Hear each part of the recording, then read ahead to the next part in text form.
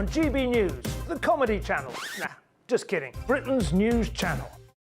If you want your news to be straight talking, this is the nightmare for the Conservatives again. down to earth, It's not just Nottingham where this is happening, is it? and most importantly, honest, Hard-working, middle-class taxpayers, they'll get their book thrown at them. then catch me, Martin Daubney, Monday to Friday, 3 till 6 p.m. on GB News, Britain's news channel.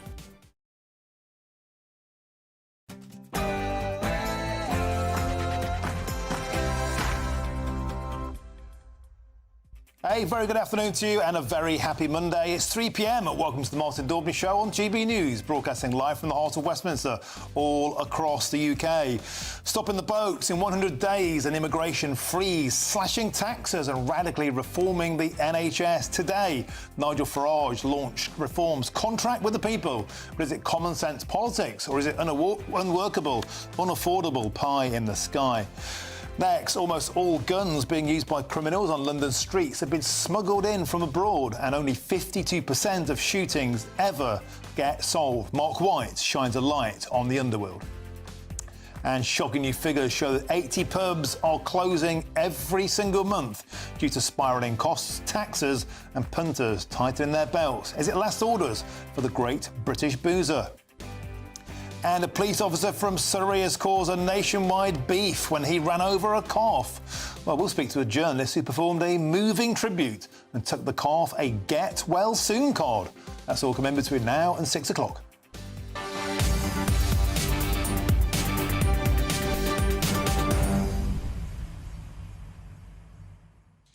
Now, you will not want to miss this. In just a few minutes' time, we'll hear live from Nigel Farage at his first interview since that contract was launched. But before that, it's your headlines with Tatiana Sanchez.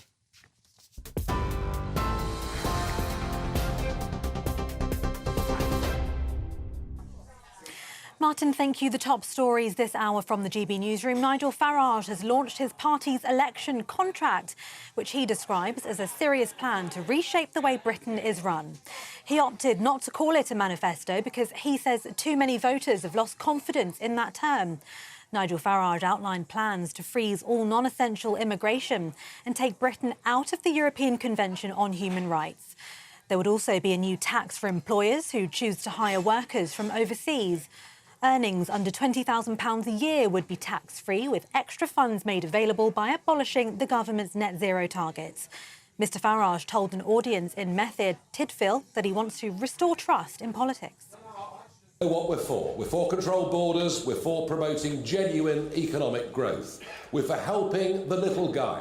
We're about trying to restore some trust in politics. You might dislike what we say. You might not want to vote for what we say. But at least we do say what we mean. And we want to have an absolutely radical rethink of the way in which our public services are run. And yes, that does include the National Health Service.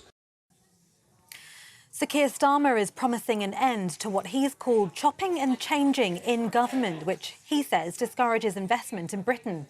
The Labour leader addressed port workers in Southampton this afternoon, outlining plans to inject £7.3 billion into a new national wealth fund. He also vowed to drive down child poverty after a leading think tank warned the number of children affected by the two-child benefit cap will rise by a third over the next 5 years. But Sir Keir says the cap will remain for the time being.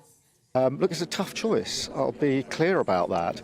But one of the things that we are not going to do as we go into this election is to make announcements about changes that we can't afford, because a lot of damage has been done to the economy. So I'm taking the tough choice to say to people before they vote, these are some of the things we won't be able to do because of the state of the economy. What I don't want to do is do what the Tories are doing, which is sort of promise the earth without the funding.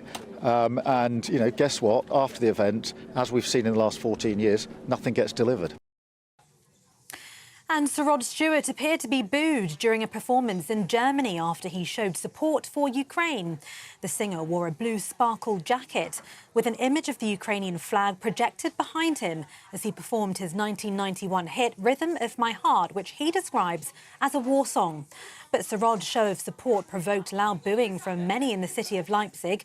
It comes after Germany reportedly vetoed an EU plan to apply fresh sanctions on Russia's lucrative gas sector.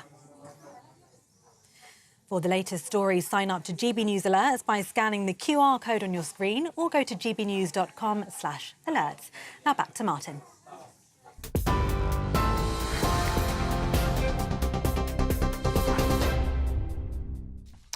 Thank you, Tatiana. Now, it's a very busy show today, so let's get stuck straight into it. And Reform UK have unveiled what it says is the party's contract with the voters. It includes a promise to stop the boats in 100 days, a freeze on immigration, big tax cuts and a major reform on the NHS. Now, we're about to cross over to Chris Hope, who is in Merthyr Tydfil with Nigel Farage. We're just waiting to get a link ahead of that. I've already had hundreds and hundreds of your says on this very topic. Let's kick off with Tina, who says this: bravery, strength, conviction for the people and not for big corporations. Reform will make the UK great again. Linda says this: what I like about Reform's approach is that it is clear and businesslike. I think most people couldn't care less about ideology. We want a competent government and ministers who care about us, the citizens first, and about traditional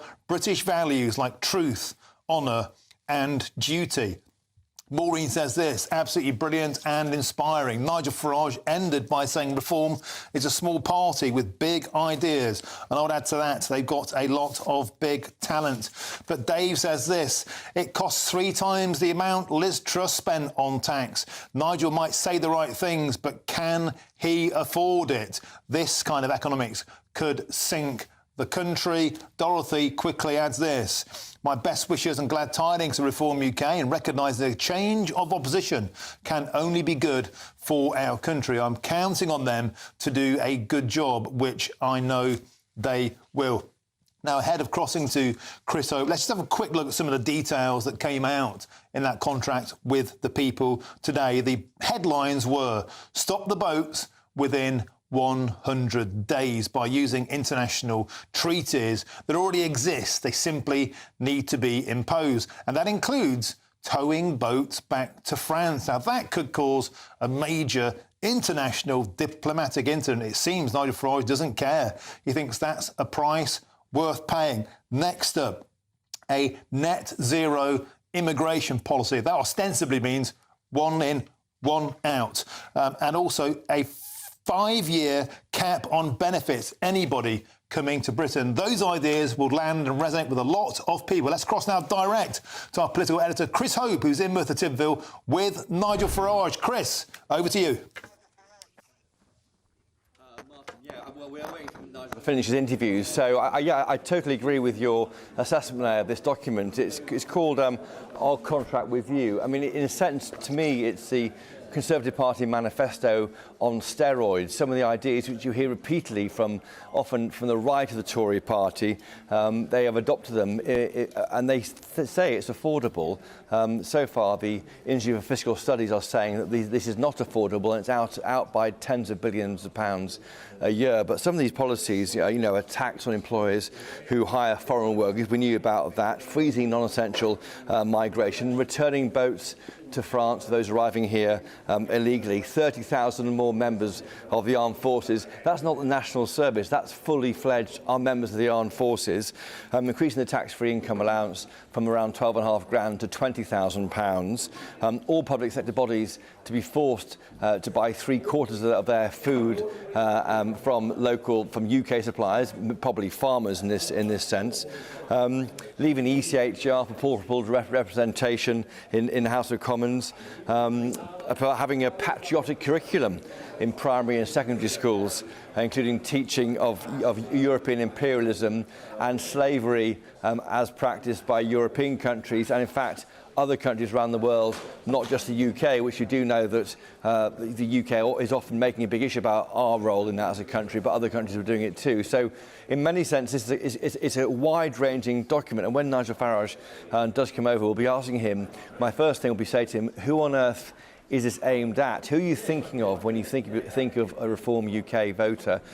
Is it someone in the home counties, a Tory party member, disaffected by Rishi Sunak, or is it somebody else? Is it someone here in Merthyr Tydfil? We are here in Merthyr Tydfil, don't forget, a place which has been ignored, some would say, by the devolved Labour government, and needs help and needs support and national recognition, and maybe now gets it, and that's why maybe Nigel Farage is here. So I think there's a lot to talk about with Reform UK. It's a big moment for Nigel Farage. He only became leader just 3 weeks ago. But Martin, Nigel Farage is with me now, and I'll go to him now. Nigel Farage, this document here, this contract with you, who are you writing for? Who are you aiming it at? The great British public who want some hope, who want some aspiration, those at the lower end of the income scale who can't make ends meet, those who are trapped on benefits, and I mean trapped, they can't get off because you work for more than 16 hours a week, they take your benefits away. We're aiming at those people. We're aiming at people who would like well-paid jobs in the manufacturing sector by saying, look, we're going to be using steel and oil for years to come, why not manufacture? And that's why you're in Merthyr Tydfil. Who is your typical Reform UK voter? Is it someone in home counties angry with the left-wing bias of some Tory policies, or is it somebody else altogether? No, I mean, your average, a lot of our voters used to be Labour voters, and they've been on this journey. Some have come through UKIP and the Brexit Party, through the Conservatives in some cases at the last election, onto Reform. Lee Anderson is perhaps the best example of that. There are lots of people like Lee Anderson who just feel that this sort of metropolitan Labour Party isn't for them. And we're here, you know, as you say, in Merthyr Tydfil. We're here because, Chris, you know, Labour have run Wales for 25 years. They pay more tax per head, there's more government spending per head, and yet the outcomes on health and education are worse. And that's a warning as to what a Labour government might be, a bit like the Conservative government, just slightly worse, but also the point that here in Wales, some of the crazy things that have happened, no opposition. No. The Conservatives so divided, there's been no opposition. Just in the back of this document here, it talks about £150 billion of savings per year. The Institute for Fiscal Studies, the IFS, which looks over all the main parties, has said in the last few minutes these sums don't add up. And they've said that about the Labour manifesto as well, and the Conservative manifesto. But you're out by tens of billions of pounds. This will be difficult. Yeah, this will be very difficult. Yeah. For any established or establishment group, this is going to be difficult. I'm going to tell you why. This is radical. This is thinking completely... But radical is dangerous. Liz Truss is dangerous. Well, Liz Truss didn't propose spending cuts. Here we're proposing enormous spending cuts to fund what we believe is going to be a huge boost to the economy. And huge emphases in here, by the way, on things like small business. You know, 5.5 million men and women out there running their own businesses. I mean, they hate government because no one's on their side. And I think the most radical thing in here, but I think the most exciting thing in here, and you mark my words, this will be popular within 2 or 3 years with everybody, is we have to lift the threshold at which people start paying tax from £12,500 to £20,000. Why? Make work pay. Those people trapped on benefits can suddenly go to work and genuinely be better off. That was a Lib Dem policy back in the day, Nigel Farage. In 2010, you remember? Do you know what? Danny Alexander championed it. It was actually a UKIP one in 2005. Oh, forgive me. No, I've been on this for a long time. Okay. For a long time. So number one, you get people off benefits and going back to work. Number two, those on low incomes will actually be better off, genuinely better off. And number three, you reduce the need for masses of unskilled migration. Just on the practical nature of some of the things, small boats, pick them up, take them back to France. I mean, if it was that easy, it wouldn't be a crisis. Well, leave the ECHR. OK, so ECHR leaving first before that can happen. Leave the ECHR, establish a law that says that no one comes via this route will ever be given refugee status. And then, if you have to, pick them up and take them back for their own safety. And the issue there of migration, you want to get back to zero in a couple of years. Won't that be a huge problem for companies that rely on it? No. This is zero net migration. Okay. It means skilled people can still come, people can go, of course. But overall, this increase in population of 750,000 every year, I think it's the biggest issue in the election. It affects everything from rents to availability of housing, to access to GP appointments, and I think the great British public are making that connection. And we're talking about it, everybody else wants to run away from it. And the history, the idea of a patriotic curriculum? I am just so sick to death of our youngsters being told that we are a uniquely bad country because we pursued slavery, as if we were the only country in history. It was bad, though, slavery. right? It was bad, yes, and every other European country, and it's still happening in many parts of the world today. But why not teach them as well that we spent 40 years with the Royal Naval Squadron driving slavery off the high seas, and that the British government spent more money stopping slavery than it ever earned from it. Make sure kids get a sense of balance. There's a line at the back on page 23. It says here, tax at 40% spend, 10 billion a year. That's more than Labour taxing. They are 37.5% of GDP. Your tax you might impose in this country are bigger than Labour. No, they're not, because they're not, because we're cutting. Because you're cutting spending at the same time. Exactly. And that's the point. We're cutting spending. OK. And just finally, you can win 7 MPs, surveys say? I've no idea. 3 last week, David Bull, 7 today. Well, good trend, but I've absolutely no idea. What's your end game, just finally? Is it to take over the Tory party? A bridgehead, you say? There isn't a Tory party. There isn't one. Come on. There isn't one. There is a Tory party, and Suella Braverman wants to marry me politically, you know, and David Cameron says he shouldn't go near me, and Lord Heseltine thinks I'm like Oswald Yes Mosley. or no, to Tory GBNews party? viewers, will you ever be a member of the Tory party? I think it's extremely unlikely. It's not a no, then. Oh, goodness me. These are the Westminster Games you all play. My ambition... I'm at GBNews. I'm playing Westminster Games. My ambition is for this party to establish a beachhead, right, into Parliament, and to use that to build a mass movement over the course of the next 5 years. I don't think the Conservative Party will reform itself. There are people in there that are friends of mine who I'm close to. I very much hope they come and join me. Who are they? Well, you know who they are. I mean, they're, you know, okay. I mean, Suella and people like Jacob, they're in the wrong party. Nigel Farage, thank you for joining us on GBNews. Thank you. Nigel Farage there, not saying he won't ever join the Tory party, and he's got friends on those backbenches who he wants to join him in the Reform UK party on the green benches. Well, Chris Hope, an excellent start to the show from Merthyr Tydfil. Thank you very much for joining us, and thank you, Nigel. Now, to get more reaction to what Reform UK has said, I'm now joined by Sunil Sharma, who's the Chief Operating Officer with Conservative Friends of the Commonwealth. Thanks for joining us, Sunil. Always a pleasure. So, Nigel Farage there, all guns blazing, as you'd expect, saying there's no chance of him joining the Conservative Party because the true Conservatives are in the wrong party. Basically saying, Sunil Sharma, the Conservative Party is having a death rattle. It's time for the true Conservatives to join Reform. What would you say to that? I think it's really interesting, and I think with Nigel Farage, I think probably the end goal is a united Conservative front, which I think sooner or later will probably happen post this election.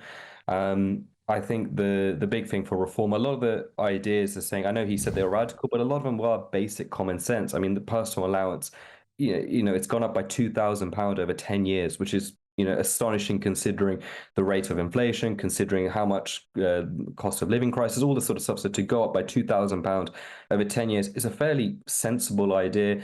So I don't think a lot of the stuff he's actually saying is that radical. It seems very... to be honest, moderately sensible, I think, would be the idea. Very conservative principles. And one thing Reform have definitely showed us, they are full of different ideas. And it's something that the Conservative Party will definitely need to take, I think, some of this inspiration from. I think the big issue, if you like, with Reform in terms of when it comes to actually holding a proper opposition is the fact that, if you like, they are almost like a startup organization in the sense that there are some clear teething problems. We've seen it with some of the candidates they've selected, and maybe some of the figures not quite adding up, which is again normal for a new group, a new organization. There's plenty of experienced people, but I think what he said at the end was quite clear in terms of Reform. I think when he says Reform, maybe more himself than establishing this Conservative front, whether that's Reform, Conservative. I think he sees himself as the leader of the Conservative movement, if you like, in the UK, which I think isn't necessarily the worst thing in the world. But the trouble with that, Sunil Sharma, is that the Conservative Party is very divided. We've seen David Cameron talking about dog whistles over the weekend, directly attacking Nigel Farage. Suella Braverman, on the other hand, as Nigel said, more or less sending a love letter to him to join the party. Already the Daily Telegraph is saying Nigel Farage must believe in fairies. They're attacking his economics today. They're saying it's trustonomics on steroids. So he's being attacked as well as welcomed by the Conservative Party. Is that the problem, Sunil Sharma? We just have a terminally divided party. Yeah, definitely. I think, I almost, it speaks almost similarities almost to the Brexit Party years ago, where they almost needed this push for the Conservative Party to really take Brexit seriously and actually push towards that direction. And I think this is could be something very similar. But the difference is the threat, I think, is far more concerning for the Conservative Party in the sense of there's a very likely chance that they won't be in power coming beyond July the 4th. So what does post July the 4th look like for the Conservative Party? You've got clear different fractions within the group. And I think this election will be a massive indicator of what the members, what the Conservative people in this country, because again, a lot of the policies are saying that I'm sure if you spoke to the average Conservative voter and member, they'd probably agree with more than 50%, if not closer to 100% of what they're proposing. So what I think would be fantastic is to take some of these policies, take some of these strong Conservative-minded ideas, put it into the Conservative Party, because this is an old institution that has has a better maybe due diligence process. There's some more expertise. There's more, it's a much bigger group that's been going on for a lot longer time. Reform is still a new startup organization. We've seen it with some of the candidates. We've seen it with some of the things not quite adding up, which is, again, I don't think you can knock them for that. It's they're so new in that sense. So I would love to see some of this, what they're doing, being implemented within the Conservative Party. And I think post this election, I think there's a real opportunity for Conservatives to really unite. Like I said, I see this very similar to Brexit Party, and that in the end, you could argue that was so influential into what happened with Boris Johnson in terms of his election, in terms of the seats that they won in places that Labour never done. And hopefully this could spark something similar post July the 4th. OK, excellent input. As ever, Sunil Sharma, who's the Chief Operating Officer with Conservative Friends of the Commonwealth. Thank you for joining us. It's always a pleasure. Now, it's emerged that almost all of the firearms being used by criminals on London streets are being brought in from abroad. We've got a special undercover report on that. I'm Martin Daubney on GB News, Britain's news channel.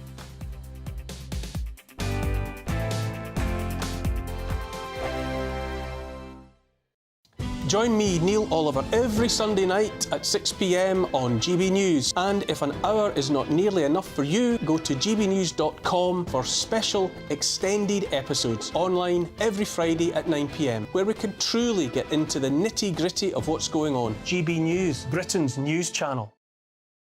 In the GB Newsroom, we bring you the news as it happens. With our team of dedicated journalists across the UK, GB News brings you accurate reporting of the day's topical agenda. When the news breaks, wherever and whenever it's happening, we'll be there. This is GB News, the People's Channel, Britain's news channel. Britain's Newsroom, weekday mornings from 9:30. How can we have Britain's Got Talent? A British girl did win. Yes. This weekend. Christmas, her name is. Yes, Sydney Christmas. Sydney Christmas. She's a singer. Yeah. I'm guessing she's going to have a Christmas single out. She's a cruise ship singer, and she works in a gym. First woman to win in 9 years. Yeah. I mean, I don't watch it anymore. But some people clearly do. But apparently 5 of the last in the final were not British born or even live here. Outrageous. I know. And so why call it Britain's Got Talent? I know. It's bizarre, isn't it? It sums up as well this difference between the British public and most people on the telly. Yeah. Because the judges do not notice this lack of British involvement in, or at least if they do notice it, they're not saying anything about it. But the viewers notice the imbalance, and just 4 of the foreign acts made it through to the final in the end. There was a patriotic protest in London on Saturdays. It was described. There was hundreds of thousands of people there. There were Students Against Tyranny were there. There was Tommy Robinson was there, much maligned, divisive figure. But these people would say, we are feeling the need to walk on the streets of this country because we no longer feel we can assert our British identity. Well, I mean, I think there's a difference between patriotism and xenophobia.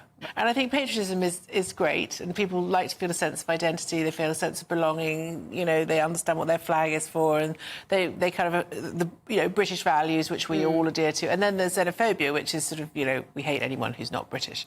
So I think I think that march that we saw at the weekend was actually quite patriotic. I don't think it was xenophobic at all. I think it was a nice sort of... They all seemed very kind of peaceful. And there wasn't any horrible rhetoric or anything like that. Certainly much less horrible rhetoric than we're used to seeing from the pro-Palestinian marches. The People's Channel. We're proud to be GB News, the People's Channel. And as you know, we always love to hear your views. Now, there's a new way of getting in touch with us at gbnews.com/yoursay. By commenting, you can be part of a live conversation and join our GB News community. You can even talk to me, Bev Turner, or any of the members of the GB News family.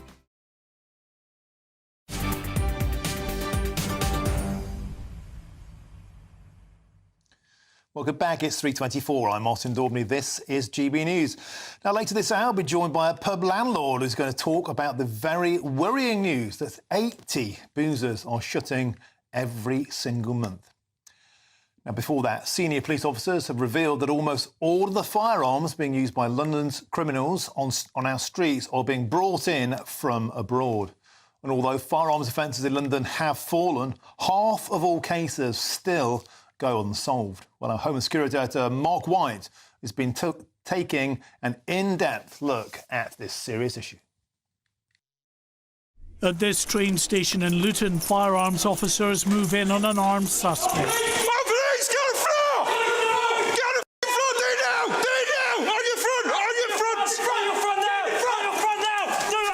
This is 20-year-old Tyrell McCoy. When officers searched him, they found this handgun and ammunition. McCoy and other members of his North West London gang have now been jailed for drugs and firearms offences. I'm scared to think about his last moments, because I think if I do, that's when I know I'm going to hit that black hole and I might never, ever come out of it. Jackie Taylor knows more than most the heartbreak gun crime can bring. Last year, her son Tyrese was shot dead in South London. His killer has since been convicted, but for the family, their grief is all-consuming. Sometimes I sit down and it's not even tears. I'll just be sitting down and all of a sudden I can't breathe. And then I'm just like, come on, Jackie, come on. None of us have ever been the same since that day. It's just horrible. Loud shout, loud shout! Across the capital, police have raided dozens of addresses in recent weeks in a crackdown on the criminal gangs involved in gun crime, arresting more than 50 and seizing dozens of weapons. The Met say firearms offences have fallen to a 15-year low in London. Police! But many criminals still manage to acquire guns, often from other crime groups overseas. Well, the majority of illegally held firearms here in this country come from abroad. But having said that, we often see converted blank firers, which are legal. They're used for things like starting pistols, gaming, etc. Currently, we're seeing converted firearms coming in from places like Turkey. It fluctuates over the years. This South London criminal, Danny Butler, is now serving an 18-year jail term after officers searched his home and found 6 firearms. Some, including a loaded handgun, were found in his young children's bedroom drawers. Across the capital, police are continuing to pursue the gun criminals. But it is, it seems, a never-ending battle against those determined to carry these deadly weapons. Mark White, GB News. Superb report there by Mark White. And for more on this, I'm now joined by the former Metropolitan Police Detective, Peter Blexley. Peter, always a pleasure to have you on the show. Let's start with the good news. Gun crime at a 15-year low. And it must hearten you to see boots through the door and those kind of raids, precisely the sort of old-school policing that you were a huge fan of. But nevertheless, if we can't control our borders in terms of thousands and thousands of people pouring through, Peter Blexley, sorely surprised thousands and thousands of firearms are coming in. Yes, unfortunately, and they are on an almost daily basis. But yes, credit where it's due. Our police, the National Crime Agency and other people involved in law enforcement are on permanent red alert with regards to firearms issues because, of course, they create such havoc and cause such damage, which was sadly seen only last month when a 9-year-old girl in London was critically injured after she had been shot. So whilst firearms discharges are down, sadly, we have in London and other cities seen a huge rise in knife crime, which of course creates huge bloodshed. But once again, let's just be grateful that the police are proactively putting those doors in and locking up bad people.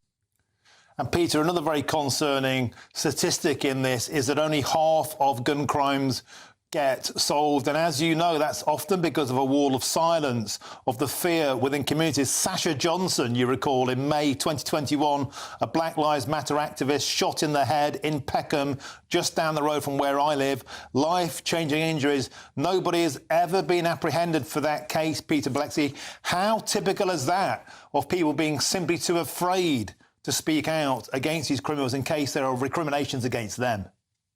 Yes, I think we're all too familiar with that dreadful expression, the wall of silence, and it is built around many cases of people being shot. But there's a bigger issue here in terms of overall policing.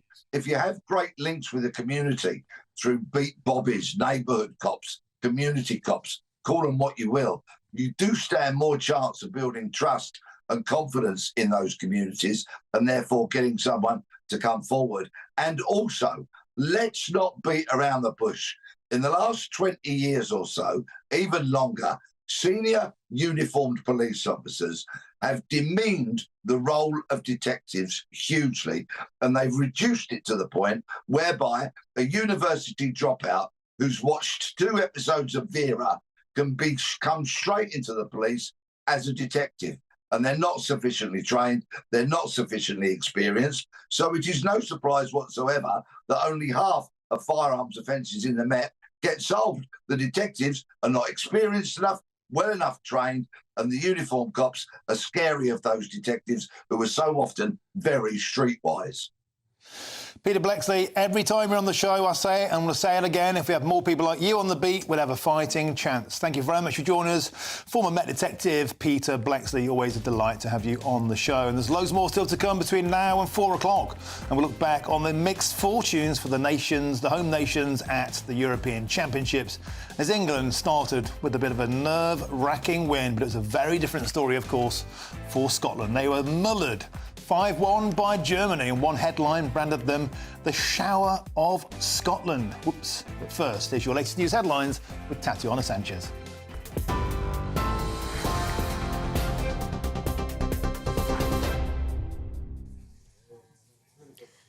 Martin, thank you very much. The top stories from the GB newsroom. Nigel Farage has launched his party's election contract, which he describes as a serious plan to reshape the way Britain is run. He opted not to call it a manifesto because he says too many voters have lost confidence in that term. Nigel Farage outlined plans to freeze all non-essential immigration and take Britain out of the European Convention on Human Rights. There would also be a new tax for employers who choose to hire workers from overseas. Earnings under £20,000 a year would be tax-free, with extra funds made available by abolishing the government's net zero targets. Mr Farage told a party gathering that he wants to restore trust in politics. What we're for controlled borders, we're for promoting genuine economic growth, we're for helping the little guy. We're about trying to restore some trust in politics. You might dislike what we say. You might not want to vote for what we say, but at least we do say what we mean. And we want to have an absolutely radical rethink of the way in which our public services are run. And yes, that does include the National Health Service. Sir Keir Starmer is promising an end to what he's called chopping and changing in government, which he says discourages investment in Britain. The Labour leader addressed port workers in Southampton this afternoon, outlining plans to inject £7.3 billion into a new national wealth fund. He also vowed to drive down child poverty after a leading think tank warned the number of children affected by the two-child benefit cap will rise by a third over the next 5 years. But Sir Keir says the cap will remain for the time being. Look, it's a tough choice. I'll be clear about that. But one of the things that we are not going to do as we go into this election is to make announcements about changes that we can't afford, because a lot of damage has been done to the economy. So I'm taking the tough choice to say to people before they vote, these are some of the things we won't be able to do because of the state of the economy. What I don't want to do is do what the Tories are doing, which is sort of promise the earth without the funding. And, you know, guess what? After the event, as we've seen in the last 14 years, nothing gets delivered. And Sir Rod Stewart appeared to be booed during a performance in Germany after he showed support for Ukraine. The singer wore a blue sparkle jacket with an image of the Ukrainian flag projected behind him as he performed his 1991 hit Rhythm of My Heart, which he describes as a war song. But Sir Rod's show of support provoked loud booing from many in the city of Leipzig.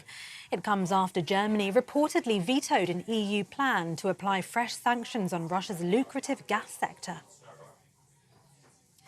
For the latest stories, sign up to GB News Alerts by scanning the QR code on your screen or go to gbnews.com/alerts.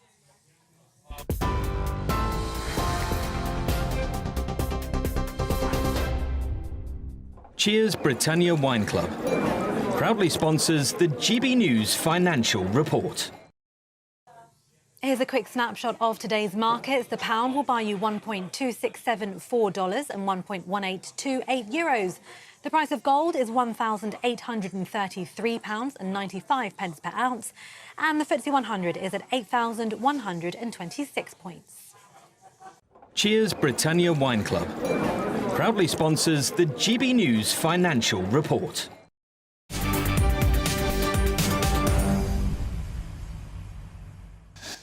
Thank you, Tatiana. Now, if you want to get in touch with us here, simply go to gbnews.com/your say. I'll read out the best before the end of the show. I'm Martin Daubney on GB News, Britain's news channel. The latest GB News travel.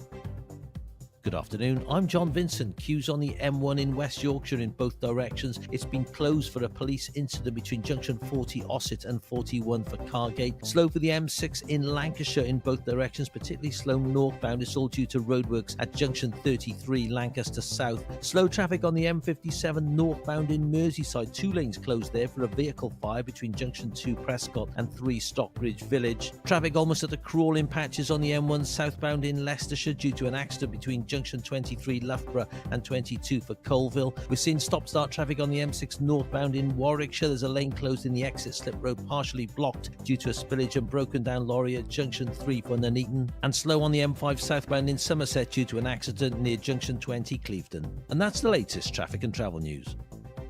You can stay up to date throughout the day by visiting our website, gbnews.com.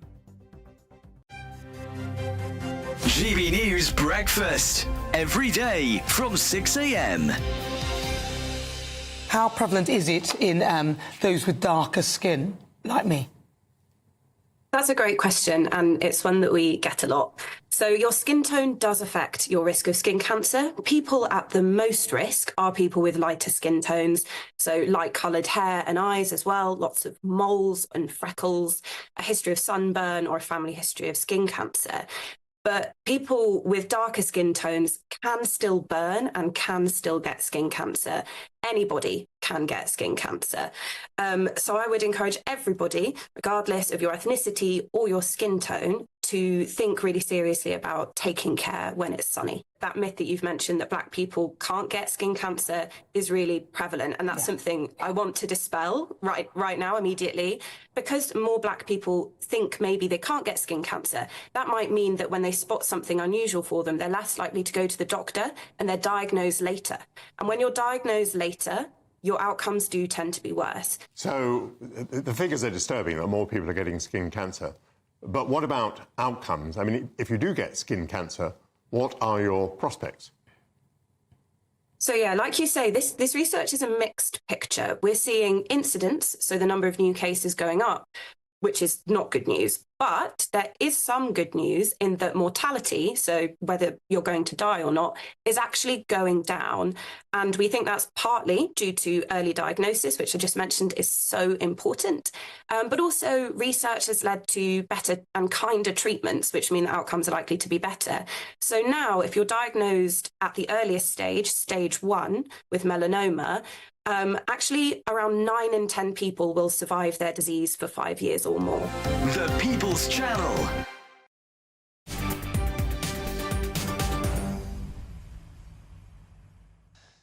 Welcome back. Your time is 3:39. I'm Martin Daubney, and this is GB News. Later in the show, I'll get more on what's certainly the most controversial story at the moment, and that's the police officer who hit a calf with his patrol car. I'll speak to somebody who took a get well soon card to that cow. A moving story.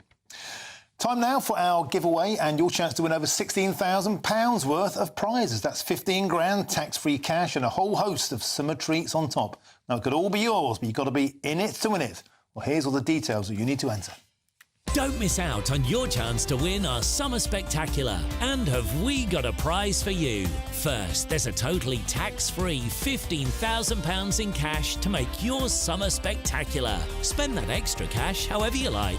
You'll also win a brand new iPhone, Apple AirPods, and if that wasn't enough, a £500 voucher to spend at your favourite UK attraction, so you can enjoy amazing days out this year. For another chance to win the iPhone, treats, and £15,000 cash, text WIN to 63232. Text costs £2 plus one standard network rate message. You can also enter online at gbnews.com/win. Entries cost £2, or post your name and number to GB06 PO Box 8690 Derby DE1 9TT. UK only. Entrance must be 18 or over. Lines close at 5 p.m. on the 28th of June. Please check the closing time if listening or watching on demand. Good luck. Well, let's look back now on a winning start to the Euro 2024 Championships for England. Jude Bellingham scored as the Three Lions beat Serbia 1-0. It wasn't a great performance by England, however, but they did a damn sight better than our friends Scotland north of the border. They were mullered 5-1 by Germany on Friday night. And remember, Scotland have never got past the first stage in any major tournament. So is history merely repeating itself? Well, I'm now joined by the sports broadcaster, Chris Scudder. Scuds, welcome to the show. Always a pleasure. Let's start with England. Got to say, it was squeaky bum time. We've all been there. We're 1-0 up. We sit back, we defend. I don't know about you, but I almost gnawed my fingers off. Yeah, we're all a bit nervous, weren't we? But, you know, Martin, the worst thing you can do in tournaments, World Cups and Euros is to start off with a 5-0 win. Teams that do that never win it. You know, you grow into the tournament and, you know, England looked fantastic for the first 20. Whether it's the Gareth Southgate factor, don't know. I think that sometimes the players kind of assess the situation. They felt comfortable and then just allowed Serbia to get on top a little bit. But there was never really much danger, I think, England weren't going to win that game. So I think it was a decent start all round. You grow into it. They've got 2 group games. They've got control of the group already because of the draw in the other one. And if they can beat Denmark on Thursday, then they're pretty much well set and can concentrate on the knockouts. So good start for me. Then I bet you though, Chris, I had a feast of football over the weekend with my dad in Nottingham, and I've got to say, Italy, Spain, Germany, these teams, you say, oh, let's not get excited by a 5-0 victory. Actually, I quite like a 5-0 victory.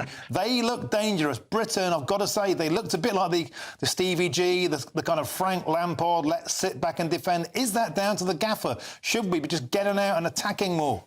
Yeah, my concerns at this stage, Martin, is that we haven't got a sort of settled team. We know the sort of core of we know the defence isn't great, and it needs, you know, it's missing 1 or 2 people, but that sort of the attacking side is great.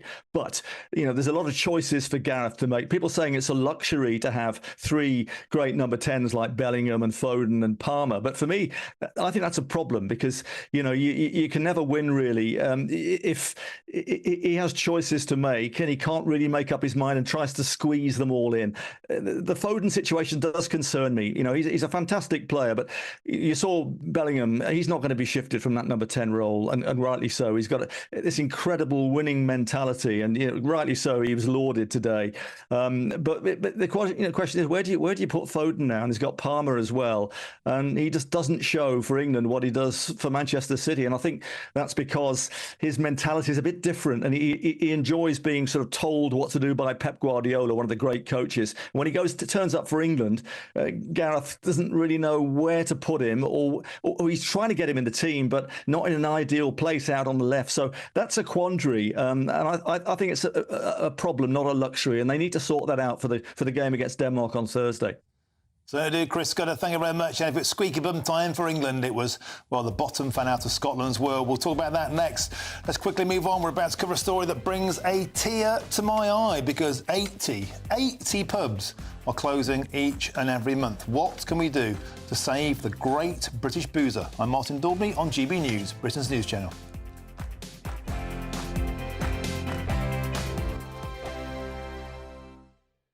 Hello again, welcome to your latest GB News weather update from the Met Office. The rest of the day will see further showers for many northern areas, but some evening sunshine to come as well. But across the north, that's where we've got low pressure in charge. It's bringing in a northerly wind as well. So here, it still felt quite cool through today so far, and that cool feel will continue for the far north of Scotland. But the showers will tend to fade away, and actually there should be some late sunshine for many southern and central areas, even across the northwest as well. And then that will turn into a fairly clear night tonight. We could see some mist and fog around though by tomorrow morning, where we have seen any showers around, and temperatures will be around 11 or 12 degrees, similar to this morning by tomorrow morning. And some early sunshine as well, particularly across many central and eastern areas, away from any of that mist and fog. But actually across the north of Scotland, we've got this northerly wind dragging in some quite persistent rain through much of the night. So quite a cool feel here. But further south, across parts of Northern Ireland, parts of southwestern Scotland, we could see a bit more in the way of sunshine, highs and temperatures around 13 degrees first thing. Not too bad in the sunshine. Across the far south as well, once that mist and fog clears, it should be a fairly bright start to the day. But notice this very bright colour on the south and east. That's some heavy rain moving across parts of France and Belgium that could clip parts of Kent, Sussex and towards Essex in the southeast, possibly through Tuesday afternoon. Further north, we could see some heavy showers breaking out across parts of Scotland and northwest England, and there's going to be more cloud around tomorrow. The temperatures won't be quite as high, around 19 or 20 degrees for many areas. Cooler than that if you do get stuck under any more persistent rain.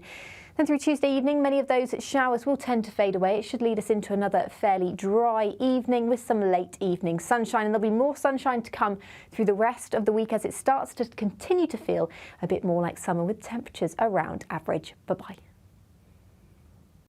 It's midday. Good afternoon, Britain. Your lunchtime update on the stories that matter across the UK. From breaking news and insightful analysis, inspiring stories and lively debates. Are you comparing yourself to a former Prime Minister? Which is it? Stay informed, stay updated, stay entertained. I just don't know how anyone would not want to be there. Every weekday from midday. We are Good Afternoon Britain, only on GB News, Britain's news channel. This is GB News, and we are Britain's election channel. This vote may seem to be about the politicians and the media, but it's actually about you. And we won't ever forget that. Join us up and down the country as we follow every moment together. Now more than ever, it's important to hear all sides as you make your decision ahead of polling day. We're here for you. This is GB News, the People's Channel, Britain's election channel.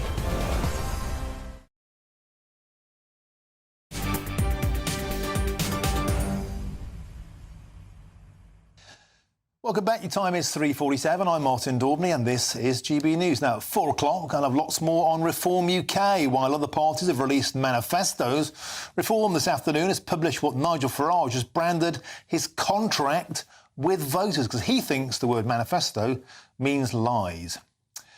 Now, in the last few weeks, we've seen Sir Ed Davey go down a water slide, leap about on a trampoline and fall off a paddleboard into Lake Windermere looking for floating voters. Well, today he's not been quite as adventurous. He's been building sandcastles on a beach in Devon. The Liberal Democrat leader dragged himself away from that activity to unveil a plan to give fuel duty relief to more people living in rural areas across the UK.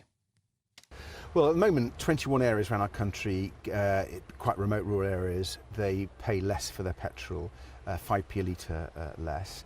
We want to expand that. It was an idea that the Liberal Democrats brought in the first place, and we want to expand it to another 21. We consult on that.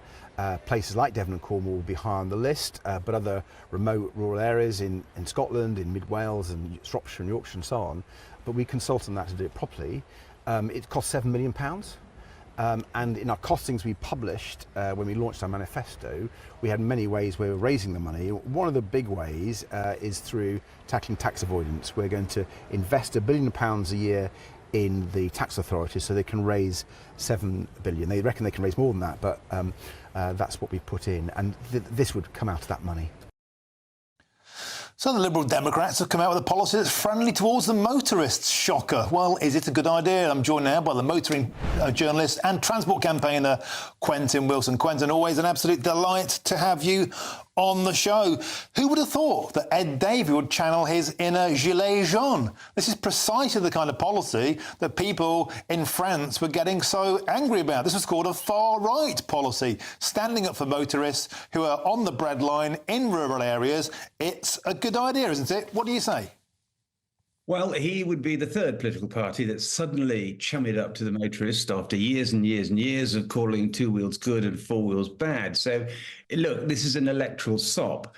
Is it a good idea? Well, look, at the moment, the rural fuel duty relief allows retailers to claim back 5p duty on those areas that have this subsidy because it's difficult for them to get the petrol to these remote areas, therefore it costs them more.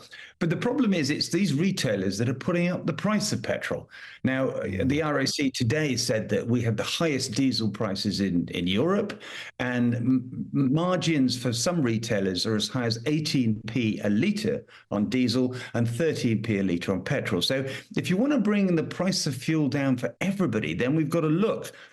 This market, the road fuel market, is not efficient. I mean, we've had the monopolies and mergers people look at it and they say it doesn't function properly. And since Asda's disappeared from the field of kind of suppressing supermarket prices to bring the rest of the industry down, we've seen this real rise in the price of fuel. And that's what's affecting consumers the most. So, you know, it's a laudable aspiration for electoral reasons, but actually what we need to do is look at this industry and make sure those prices come down and are reasonable and competitive.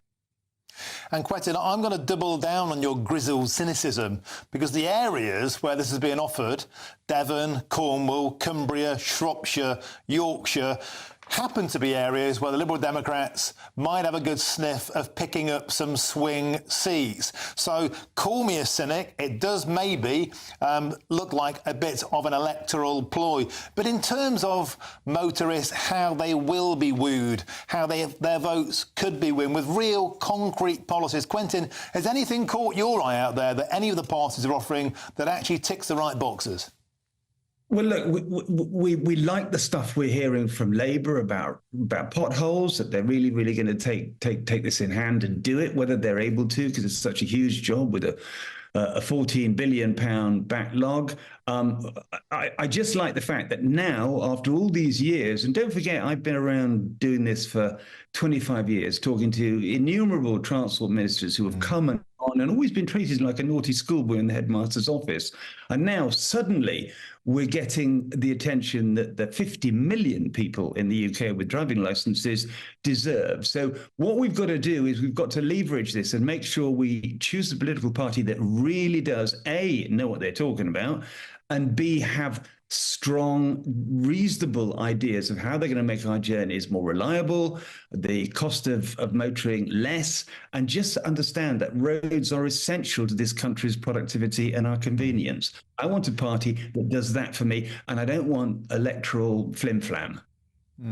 What about the contentious issue of ULEZ schemes, clean air zones, taxes on the poorest motorists? Like I know you care passionately about emissions and cleaning up the environment. It's part of what you talk about a lot. But at the same time, clean air zones, ULEZ schemes have been shown to impact the poorest the most. Is there any votes? Is there any leverage in saying let's get rid of these things? We've got to be flexible about this. And yes, it does affect poorer motorists, and it shouldn't. And we do need to clean our air, our urban air particularly, and we need to encourage electric car use. But we also need to understand that, lots and lots of people can't afford electric cars, and we will be driving around in diesel and petrol cars for some considerable time. And there may be people who will never, ever drive an electric car, and that's fine. So it's a balance, isn't it, really, about reducing air quality issues in our towns and cities, encouraging EV use where it's appropriate and proportionate and people can afford it, but also supporting the people who also have to go to doctors, hospitals, schools, etc., in their combustion cars. So it's a balancing act. Let's not throw the whole net zero out with the bathwater, but let's help people who can't afford to get around the country. Quentin Wilson, as ever, channeling common sense. I'll speak to you all afternoon. Thank you very much for joining us on the show. Always a pleasure to have you on. Now, Nigel Farage says he wants to reform UK to establish what he called a bridgehead in Parliament with a view to a full-on assault in 5 years' time. Some polls saying he could pick up 7 seats. What's the reality? I'm Martin Daubney on GB News, Britain's news channel. But before our next hour, it's time for your weather. Let's hope it finally picks up. It's your weather with Annie Shuttleworth.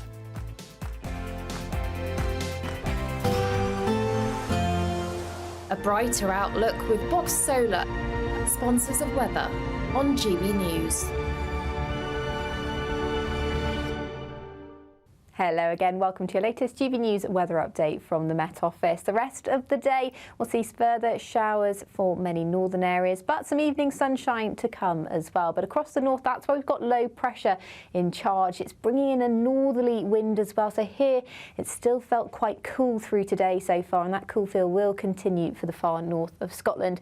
But the showers will tend to fade away, and actually there should be some late sunshine for many southern and central areas, even across the northwest as well. And then that will turn into a fairly clear night tonight. We could see some mist and fog around though by tomorrow morning, where we have seen any showers around, and temperatures will be around 11 or 12 degrees, similar to this morning by tomorrow morning. And some early sunshine as well, particularly across many central and eastern areas, away from any of that mist and fog. But actually across the north of Scotland, we've got this northerly wind dragging in some quite persistent rain through much of the night. So quite a cool feel here. But further south, across parts of Northern Ireland, parts of southwestern Scotland, we could see a bit more in the way of sunshine, highs and temperatures around 13 degrees first thing. Not too bad in the sunshine. Across the far south as well, once that mist and fog clears, it should be a fairly bright start to the day. But notice this very bright colour on the south and east. That's some heavy rain moving across parts of France and Belgium that could clip parts of Kent, Sussex and towards Essex in the southeast, possibly through Tuesday afternoon. Further north, we could see some heavy showers breaking out across parts of Scotland and northwest England, and there's going to be more cloud around tomorrow. The temperatures won't be quite as high, around 19 or 20 degrees for many areas. Cooler than that if you do get stuck under any more persistent rain. Then through Tuesday evening, many of those showers will tend to fade away. It should lead us into another fairly dry evening with some late evening sunshine, and there'll be more sunshine to come through the rest of the week as it starts to continue to feel a bit more like summer with temperatures around average. Bye-bye. That warm feeling inside from Boxed Boilers, sponsors of weather on GB News.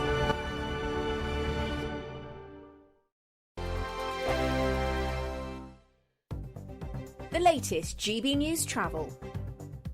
Good afternoon, I'm John Vincent. Long delays on the M1 southbound in West Yorkshire. It's all due to an earlier incident between junction 41 Cargate and 40 for Ossett. Slow for the M6 in Lancashire in both directions, particularly slow northbound. It's all due to the roadworks at junction 33 Lancaster South. Slow traffic on the M57 northbound in Merseyside. 2 lanes closed for a vehicle fire between junction 2 Prescott and 3 Stockbridge Village. Severe delays on the M1 southbound in Leicestershire. It's all due to an accident between between junction 23 Loughborough and 22 for Colville. Queues on the M6 northbound in Warwickshire. 2 lanes closed for a broken down vehicle at junction 2. That's the M69. And queues on the M4 westbound in Berkshire. There's a lane closed for an accident between junction 8 Maidenhead and 10 for Bracknell. And that's the latest traffic and travel news.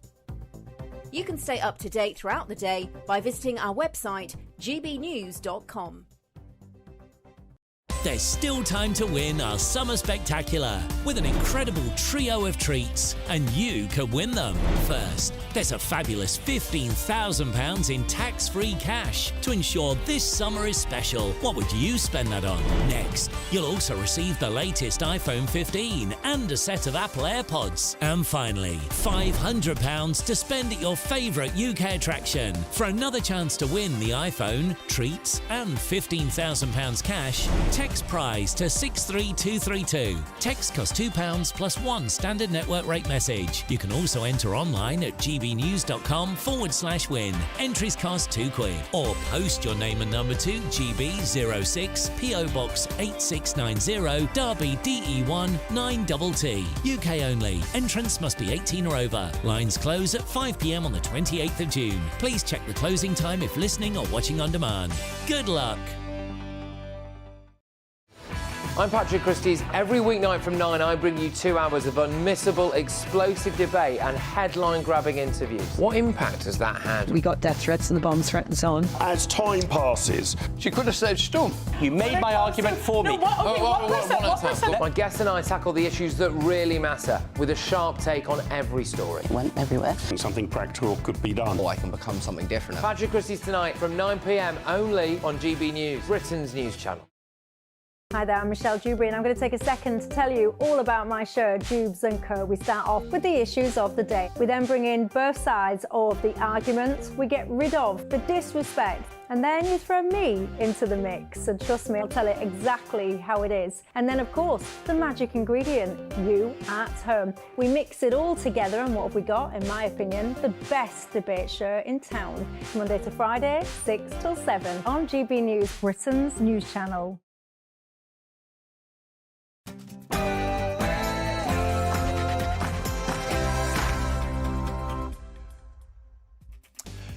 A very good afternoon to you and a very happy Monday. It's 4 p.m. and welcome to the Martin Daubney Show on GB News. We're broadcasting live from the heart of Westminster all across the UK. On today's show, stopping the boats in 100 days, an immigration freeze, slashing taxes and radically reforming the NHS. Today, Nigel Farage launched reforms contract with the people. So is it common sense politics or is it unworkable, unaffordable, pie in the sky? We'll have full analysis.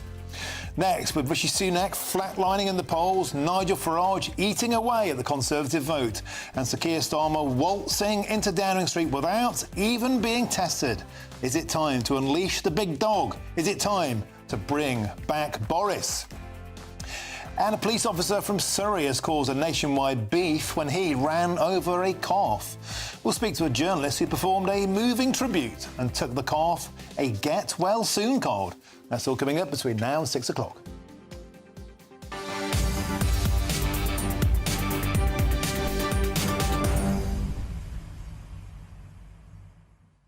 Welcome to the show. Always a delight to have your company. So we finally heard Nigel Farage's contract with the people. Stop the boats in 100 days. Net immigration frozen. A tax threshold lift to £20,000, taking £7 million out of tax. £2 million inheritance tax, and a whole host of other radical ideas, as he called them. They've been lambasted by critics, saying it's Trussonomics on steroids, but a lot of people are saying it's the kind of radical, common-sense ideas they want to hear. What do you think?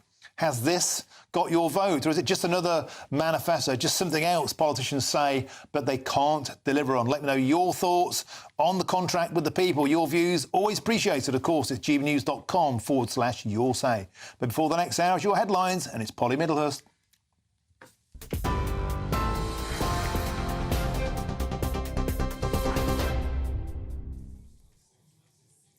Thanks very much indeed, Martin. The top story from the GB newsroom. Reform UK has launched its election contract, described as a serious plan to reshape the way Britain is run. Reform leader Nigel Farage opted not to call it a manifesto because he says too many voters have lost confidence in that term. Mr Farage outlined his plans to freeze all non-essential immigration and take Britain out of the European Convention on Human Rights. Reform UK would also introduce a new tax for employers who choose to hire workers from overseas. Earnings under £20,000 a year would also be tax-free, with extra funds made available by abolishing the government's net zero targets. Mr Farage says he wants to restore trust in politics. The great British public, who wants some hope, who wants some aspiration, those at the lower end of the income scale who can't make ends meet, those who are trapped on benefits, and I mean trapped, they can't get off because you work for more than 16 hours a week, they take your benefits away. We're aiming at those people, we're aiming at people who would like well-paid jobs in the manufacturing sector. Nigel Farage. Well, Sir Keir Starmer is promising an end to what he's called chopping and changing in government, which he says discourages investment in Britain. The Labour leader addressed port workers in Southampton this afternoon, outlining Labour's plans to inject £7.3 billion into a new national wealth fund. Keir Starmer also vowing to drive down child poverty after a leading think tank warned the number of children affected by the two-child benefit cap will rise by a third over the next 5 years. But Sir Keir Starmer says the cap will remain for the time being. Look, it's a tough choice. I'll be clear about that. But one of the things that we are not going to do as we go into this election is to make announcements about changes that we can't afford, because a lot of damage has been done to the economy. So I'm taking the tough choice to say to people before they vote, these are some of the things we won't be able to do because of the state of the economy. What I don't want to do is do what the Tories are doing, which is sort of promise the earth without the funding. And, you know, guess what? After the event, as we've seen in the last 14 years, nothing gets delivered. Well, responding to Labour's economic pledge today, the Prime Minister Rishi Sunak said a government led by Sir Keir Starmer would only increase the tax burden. There's still 2.5 weeks to go in this election. I'm fighting hard for every vote because I believe we can win. And there's a very clear choice at this election. It's having your taxes cut by the Conservatives or facing significant tax rises with the Labour Party. Now, we know now the manifestos are all out. Everyone's cards are on the table. With the Conservatives, we will cut your taxes at every stage of your life, and in contrast with Labour, the tax burden is going up to the highest we've seen in our country's history. Now, the Liberal Democrats say fuel duty relief should be expanded to 20 new areas to support motorists in rural communities. So Ed Davey jumped on claims by the RAC that fuel retailers and petrol stations are continuing to charge persistently high prices despite falling wholesale energy costs. The party's leader says rural motorists have been particularly clobbered by the cost of living. He's calling for a current scheme to be expanded, which sees retailers compensated for passing on lower prices to drivers. So Ed Davey says it'll be funded by tackling tax avoidance. All right, let's take you live now to the Shadow Paymaster General, Jonathan Ashworth. He's responding to the Conservatives' tax plans in central London. Let's listen in.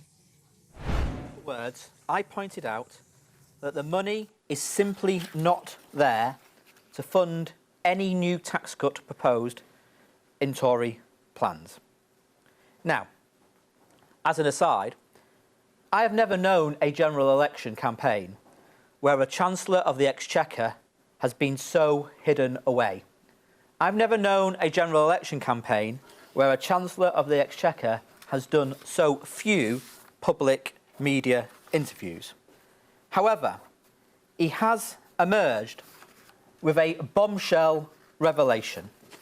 His newsletter to constituents in the marginal constituency he is fighting, newsletter number 273, confirms what I was saying last week, namely that the tax cuts in the Conservative manifesto would be funded from savings from, in his words, an enormous back-to-work programme which I, in this case Mr Hunt, announced in the autumn statement last year, and using the savings to fund the following.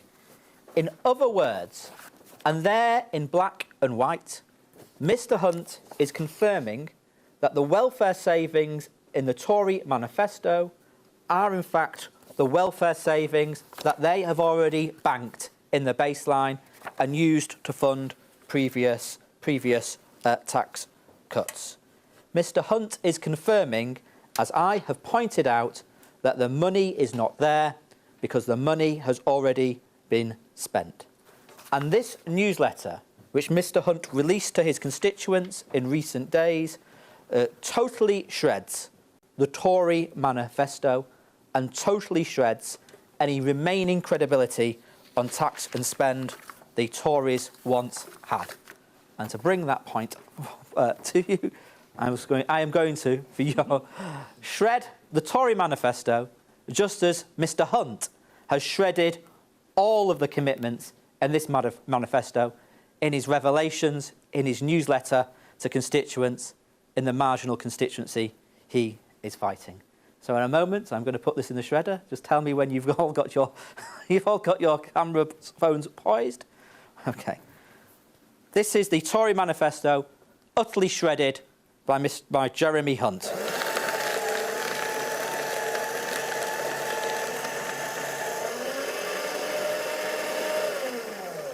There you go, it's a real shredder.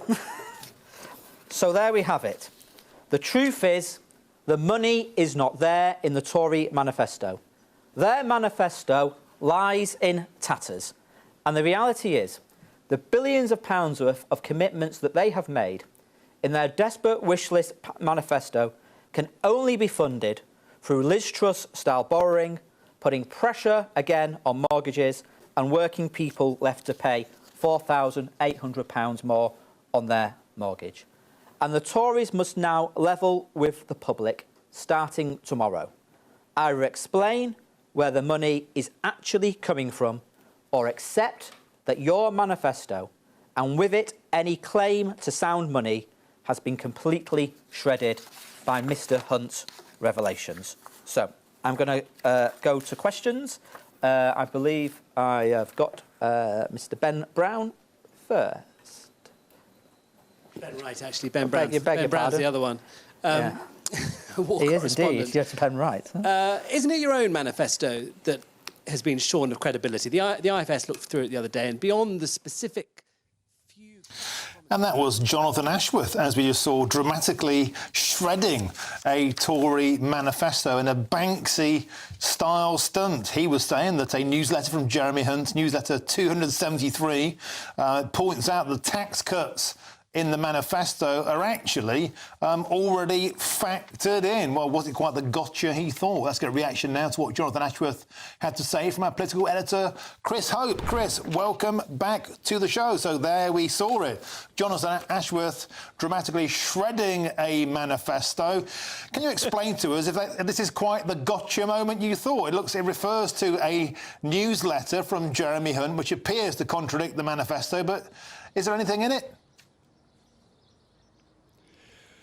Well, yes. I mean, Labour got hold of a newsletter that's gone to the people in Surrey, where Jeremy Hunt is campaigning, and it talks there about the fact that he's saying there can be savings made from that he already made last year in the autumn statement. They're being spent again in the manifesto, and they're saying this shows that the only way to meet this target, this 15 billion, I think it was, from memory, that the party wants to save on welfare, is by increasing borrowing. So it's an attempt, I think, to try and target and take apart the idea that we do know that, of course, that Labour will increase taxes if they get into power, and the Tories will, they say, reduce taxes overall, in fact, by 1% a year of GDP going over 5 years. So they're trying to eat into that and say, well, this money has already been spent by Jeremy Hunt in the autumn statement, and here's the document that proves it. Hey, Chris, we've gone from things going to get better to things going to get wetter to things going to get shredder.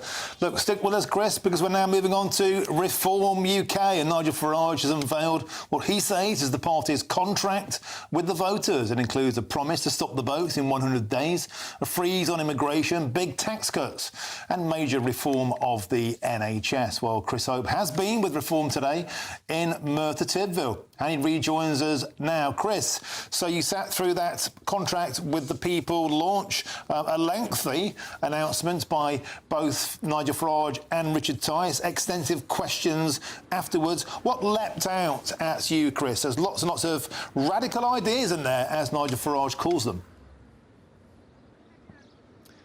Yes, Martin. Well, for me, it really was a Tory manifesto on steroids. Every kind of Tory idea you might have come across, Conservative idea in the past few years, it's kind of in there, and then amped up to the maximum. I felt stop the boats by taking back illegal migrants when they arrive here, taking back to France after we leave the European Court of Human Rights, the European Convention of Human Rights. Some quite clever ideas, maybe. Cut funding for, or allow students to do a 2-year degree, not a 3-year degree, so they're less in debt by a third when they leave. 30,000 more members of the armed forces. On the culture side, to teach about slavery in other countries, not just this country. This all the idea that, as we heard from Nigel Farage during the GB News an hour ago, to make people, our children, prouder of the country they're in. On the taxation side, increasing the threshold from around £12,500 you don't pay tax at to £20,000 to make it more worthwhile to work than receive benefits, was how Mr Farage described it to GB News. When I interviewed him for your show an hour ago, Martin, I was intrigued about the end game for Nigel Farage. He says this is a bridgehead to get some MPs elected on the 4th of July. But what about him? What's his plan for the future? And this is what he said. There isn't a Tory party. There isn't one. Come on. There isn't one. There is a Tory party. And Suella Braverman wants to marry me politically, you know, and David Cameron says he shouldn't go near me, and Lord Heseltine thinks I'm like Oswald Yes Mosley. or no, to Tory GB News party? viewers, will you ever be a member of the Tory party? I think it's extremely unlikely. It's not a no, then? Oh, goodness me. These are the Westminster games you all play. My ambition... I'm at GB News. I'm playing Westminster games. My ambition is for this party to establish a beachhead, right, into Parliament, and to use that to build a mass movement over the course of the next 5 years. I don't think the Conservative Party will reform itself. There are people in there that are friends of mine who I'm close to. I very much hope they come and join me. Who are they? Well, you know who they are. I mean, they're, you know, okay. I mean, Suella and people like Jacob, they're in the wrong party. There you have it there, trying to find new friends in Parliament. I should say, before I hand back, Martin, that the manifesto is now being picked apart by the rivals. The Institute for Fiscal Studies, they're saying they're against it. And Michael Gove says it's ridiculous for Nigel Farage to say he might be Prime Minister. They say he's part of a great entertainment machine. That's Michael Gove. He's not someone who can govern this country. That's the verdict from senior Tories today. Well, Chris Hope, lots of red meat thrown to us there. We'll sink our fangs into it more in the next hour. Chris Hope, live from Merthyr Tydfil. Thank you very much for joining us on the show. We'll have more on what Reform are calling their contract with voters, and in particular, their plans to scrap net zero targets later on in this hour. And there's plenty of coverage on our website, gbnews.com. And you've helped to make it the fastest growing national news website in the country. So thank you very much. Now, it's a significant day in the royal calendar as the busy royal summer period really kicks in. Today, of course, is Garter Day, and the King and the Queen have attended the annual service to mark the oldest British order of chivalry. And I'm delighted to say I'm joined by GB News' royal correspondent, Cameron Walker, who is in Windsor, where it looks absolutely majestic, superb. The sun is shining on you. Cameron, tell us more. Martin, they couldn't have asked for better weather today, a complete opposite to what it was for Trooping the Colour on Saturday, where we all got drenched. But the King, Queen, Prince William and other senior members of the royal family, alongside the knights and ladies of the Garter, have just, in the last 20 minutes or so, processed in carriages from St George's Chapel behind me, all the way up to the upper ward of Windsor Castle, where the state apartments are. The Garter is, the most noble order of the Garter is the oldest and most senior order of chivalry in Britain. For hundreds of years, it was just limited to aristocracy, but nowadays it's anybody who's been involved in public life or have had or has given service to the Crown or indeed to the King. But it was only a limited number of spaces, 24 absolute maximum at a time. And 4 new knights and ladies were invested today, including Lord Andrew Lloyd Webber, who's composed musicals such as The Phantom of the Opera and Jesus Christ Superstar. We have the Duchess of Gloucester, a very senior working member of the royal family who's given decades of service to the country and the King, as well as Lord Cackar, a professor at University College London, and Lord Peach, the Air Chief Marshal. Even senior members of the royal family, some of them are not part of the Garter. For example, the Princess of Wales and the Duchess of Edinburgh, they are not part of this noble order as things stand.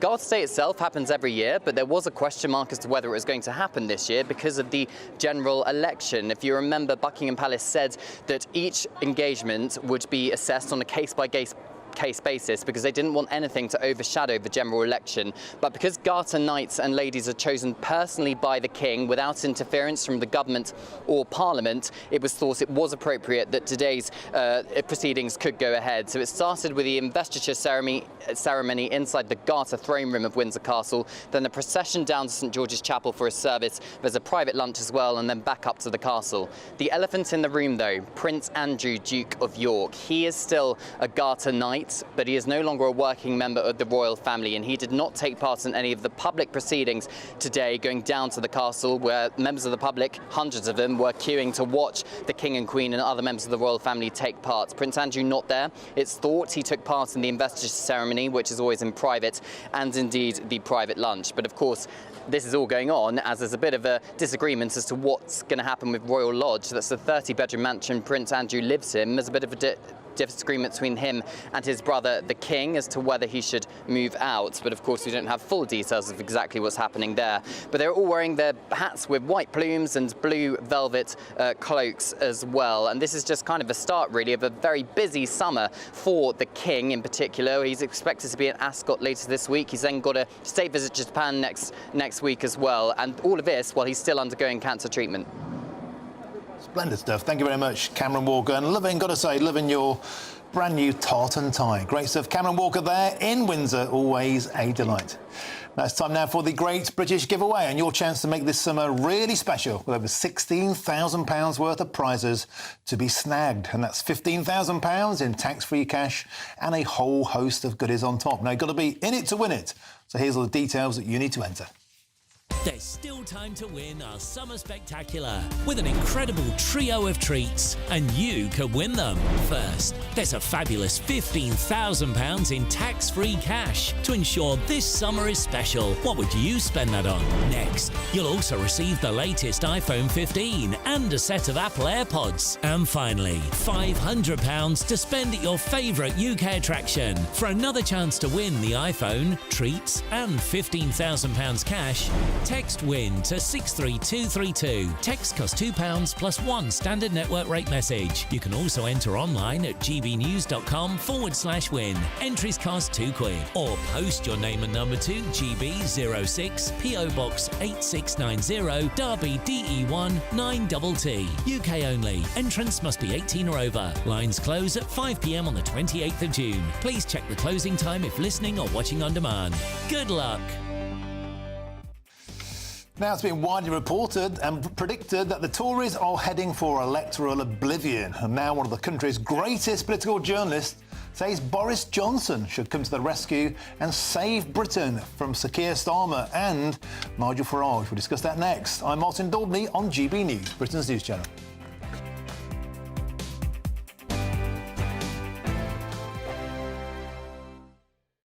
In the GB newsroom, we bring you the news as it happens. With our team of dedicated journalists across the UK, GB News brings you accurate reporting of the day's topical agenda.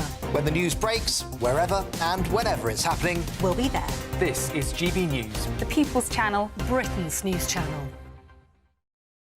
This is GB News, Britain's news channel. Almost half of those seeking to have an affair are happier with their job than with their primary relationship. But what exactly does a cheater do for a living? Well, medical assistants and nurses, surprisingly, top the lists of professions for female cheaters, and it's jobs in IT or tech for male cheaters, which I think is less of a surprise. No.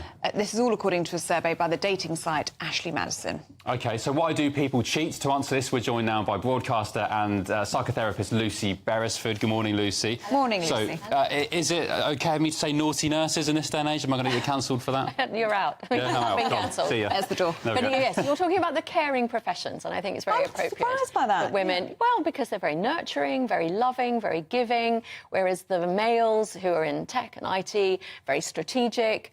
Is there a link between high-pressure jobs, maybe nurses infamously, you know, they're working long hours, underpaid, stressed out? Is there a link between jobs of that nature and cheating, maybe as a relief? Absolutely. Is it just about sex, or is it about emotional connection? Is it about emotional validation? And increasingly, people are discovering that their primary relationship is just not a place where they feel safe.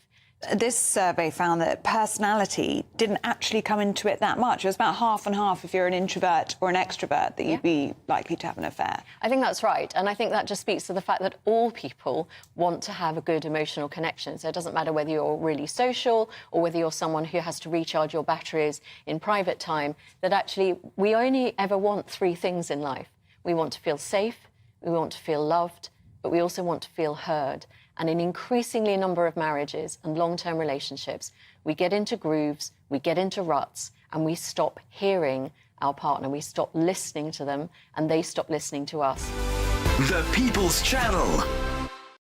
Join me, Neil Oliver, every Sunday night at 6 p.m. on GB News. And if an hour is not nearly enough for you, go to gbnews.com for special extended episodes online every Friday at 9 p.m, where we can truly get into the nitty-gritty of what's going on. GB News, Britain's news channel. I'm Christopher Hope. From pop stars to politicians, I'll interview anybody in a pub who's got a political opinion. Join me every Friday on Spotify, Apple Podcasts, YouTube or gbnews.com, or wherever you get your podcasts. GB News, Britain's election channel.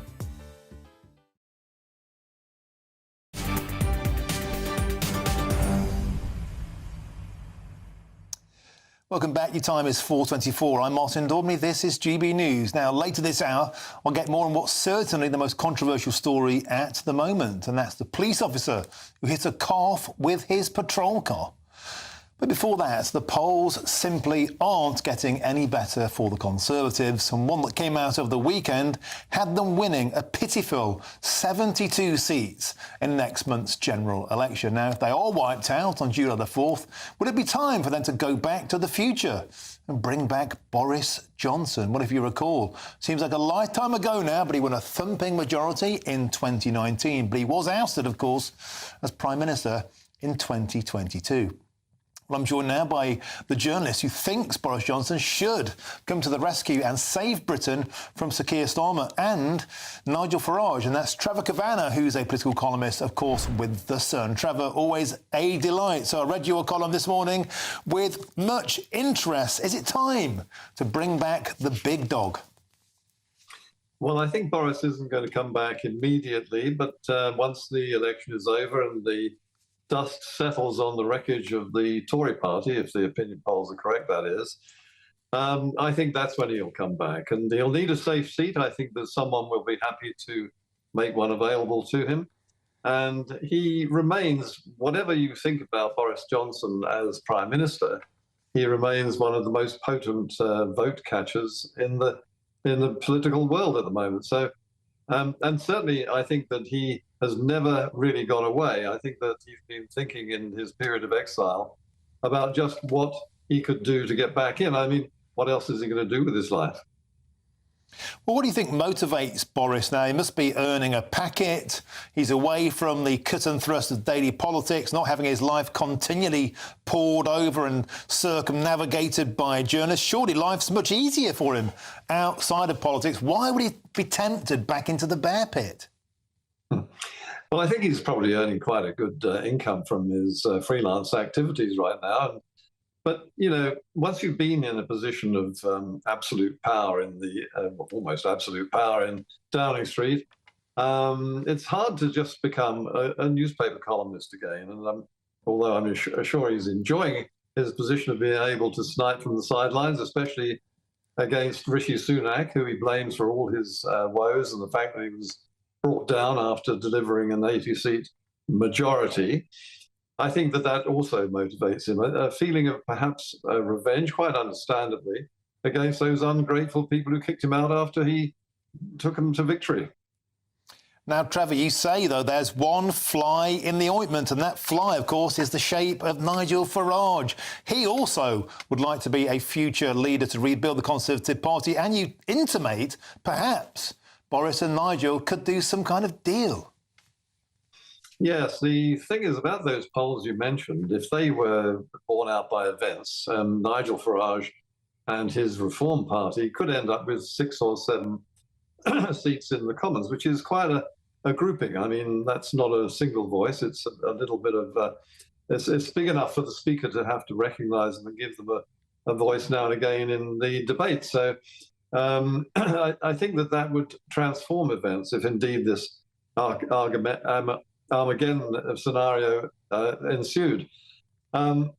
Were that to be the case, I think that he would certainly make a pitch and has actually declared his intention to try and seize control of the remains of the Conservative Party and build it in his own image. And there are people within the party who very much are against that.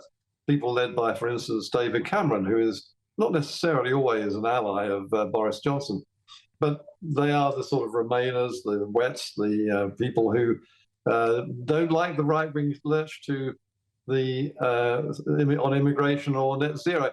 Interestingly, both of which are issues that Boris embraces and which Nigel Farage is ferociously critical of. Super stuff. Trevor Kavanagh, a Goliath of Fleet Street. Always a pleasure to have you on the show. Thank you very much for joining us. Now, later in the show, I'll be paying tribute to the good old British pint, which is exactly 200 years old today. But unfortunately, lots of pubs are currently struggling. And let's join our South West of England reporter, Jeff Moody. Jeff. To give you some idea of the problem, 239 pubs have shut already this year. That's an average of 80 per month. Well, I've come to the Bell Inn in Chittlehampton in Devon. No sign of closing here. It's nearly always packed every time I come here, Mark. But why do you think so many pubs are closing? It's just the perfect storm. It's the cost of living, the cost of energy prices, the cost from the suppliers.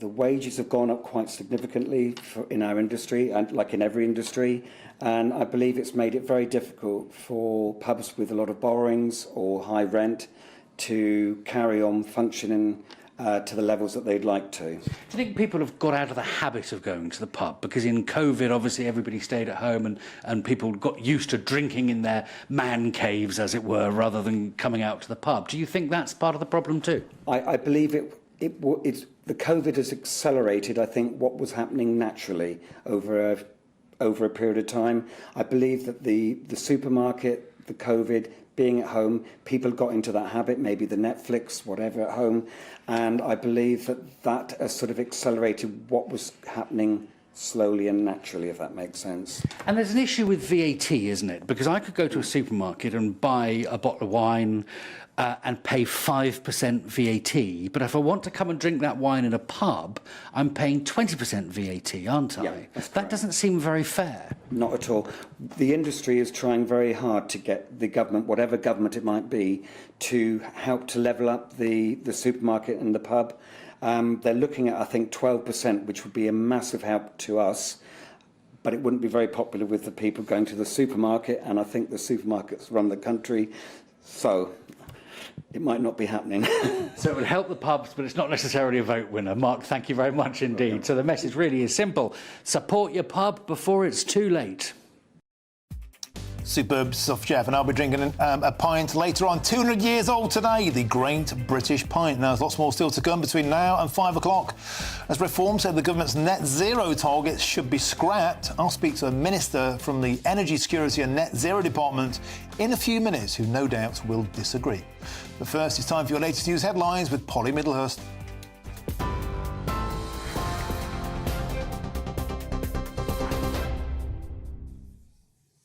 Thanks very much indeed. And the top stories this hour.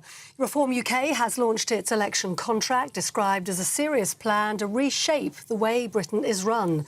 Reform leader Nigel Farage opted not to call it a manifesto because he says too many voters have lost confidence in the term. Mr Farage outlined plans to freeze all non-essential immigration and take Britain out of the European Convention on Human Rights.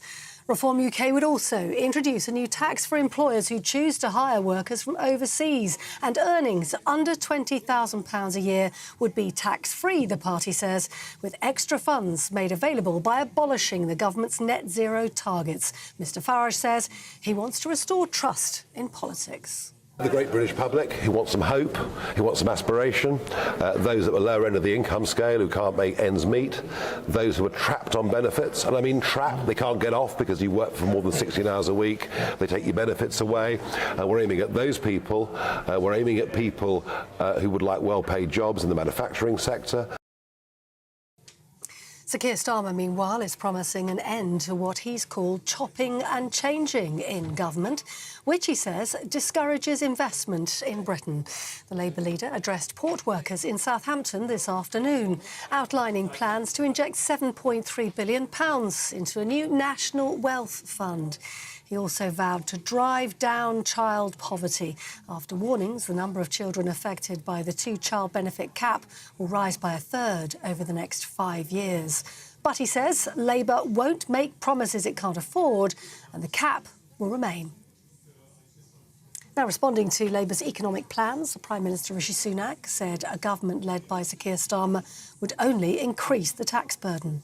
There's still 2.5 weeks to go in this election. I'm fighting hard for every vote because I believe we can win. And there's a very clear choice at this election. It's having your taxes cut by the Conservatives or facing significant tax rises with the Labour Party. Now, we know now the manifestos are all out. Everyone's cards are on the table. With the Conservatives, we will cut your taxes at every stage of your life. And in contrast with Labour, the tax burden is going up to the highest we've seen in our country's history. For the latest stories, do sign up to GB News Alerts, scan the QR code on your screen or go to gbnews.com/alerts.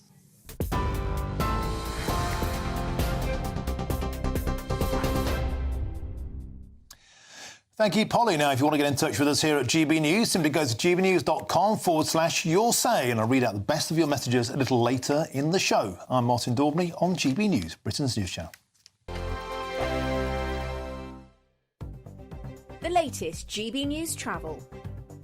Good afternoon, I'm John Vincent. Slow traffic on the M6 in both directions in Lancashire, particularly slow northbound. It's all due to the roadworks at junction 33, Lancaster South. Long delays on the M1 southbound in Leicestershire. It's all due to an accident between junction 23, Loughborough, and 22 for Colville. Slow for the M6 northbound in Warwickshire. 2 lanes closed for a broken down vehicle at junction 2. That's for the M69. The usual slow traffic for the M5 northbound in the West Midlands, heading up towards junction 8 of the M6. Estimated travel time around 20 minutes. We're seeing slow traffic on the M4 westbound in Berkshire. There's a lane closed there for an accident between junction 8 Maidenhead and 10 for Bracknell. And we've got the usual slow traffic on the M25 anti-clockwise in Kent at the Dartford tunnels. Estimated travel time around 20 minutes. And that's the latest traffic and travel news. You can stay up to date throughout the day by visiting our website gbnews.com. This is GB News, Britain's news channel. Mervyn Kirsch was a boy when the war began. By D-Day, he was trained and ready to fight after years waiting. It was taking a long time. I suppose I was an agitator. He remembers reality unfolding to the sound of thumping guns. In the morning, about 5 o'clock, they woke me up to say we were going towards France now, and I could see the outline in the dawn. And I could hear couldn't see, but I could hear the shells, big shells going overhead both ways. Nobody was bothering to fire at me, which was quite good. Then I began to feel nervous, and I realised it's not just an adventure, it's actual World War. Mervyn served in the Ordnance Regiment. His job was to get supplies like ammunition and vehicles onto the beach. When an advance party, including some of his friends, were destroyed, Mervyn stepped up. the head of me went to a reconnaissance unit. We were supposed to go on D+6. The reconnaissance unit was going D+2 to find a suitable site for 200 drivers and 1,000 vehicles, which we were going to stock, all kinds. They went across, but they didn't get across. They were torpedoed, the only boat torpedoed that day. I was put on a boat that night, any boat, going across, and told to find a suitable site for vehicles and men. So I just crossed over them, and I landed, got to the top of the cliff, and just with a strange driver in a tracked vehicle, told him just to drive down one of the roads and see what we can find. The People's Channel. This is GB News, and we are Britain's election channel. This vote may seem to be about the politicians in the media, but it's actually about you. And we won't ever forget that. Join us up and down the country as we follow every moment together. Now, more than ever, it's important to hear all sides as you make your decision ahead of polling day. We're here for you. This is GB News. The People's Channel. Britain's election channel.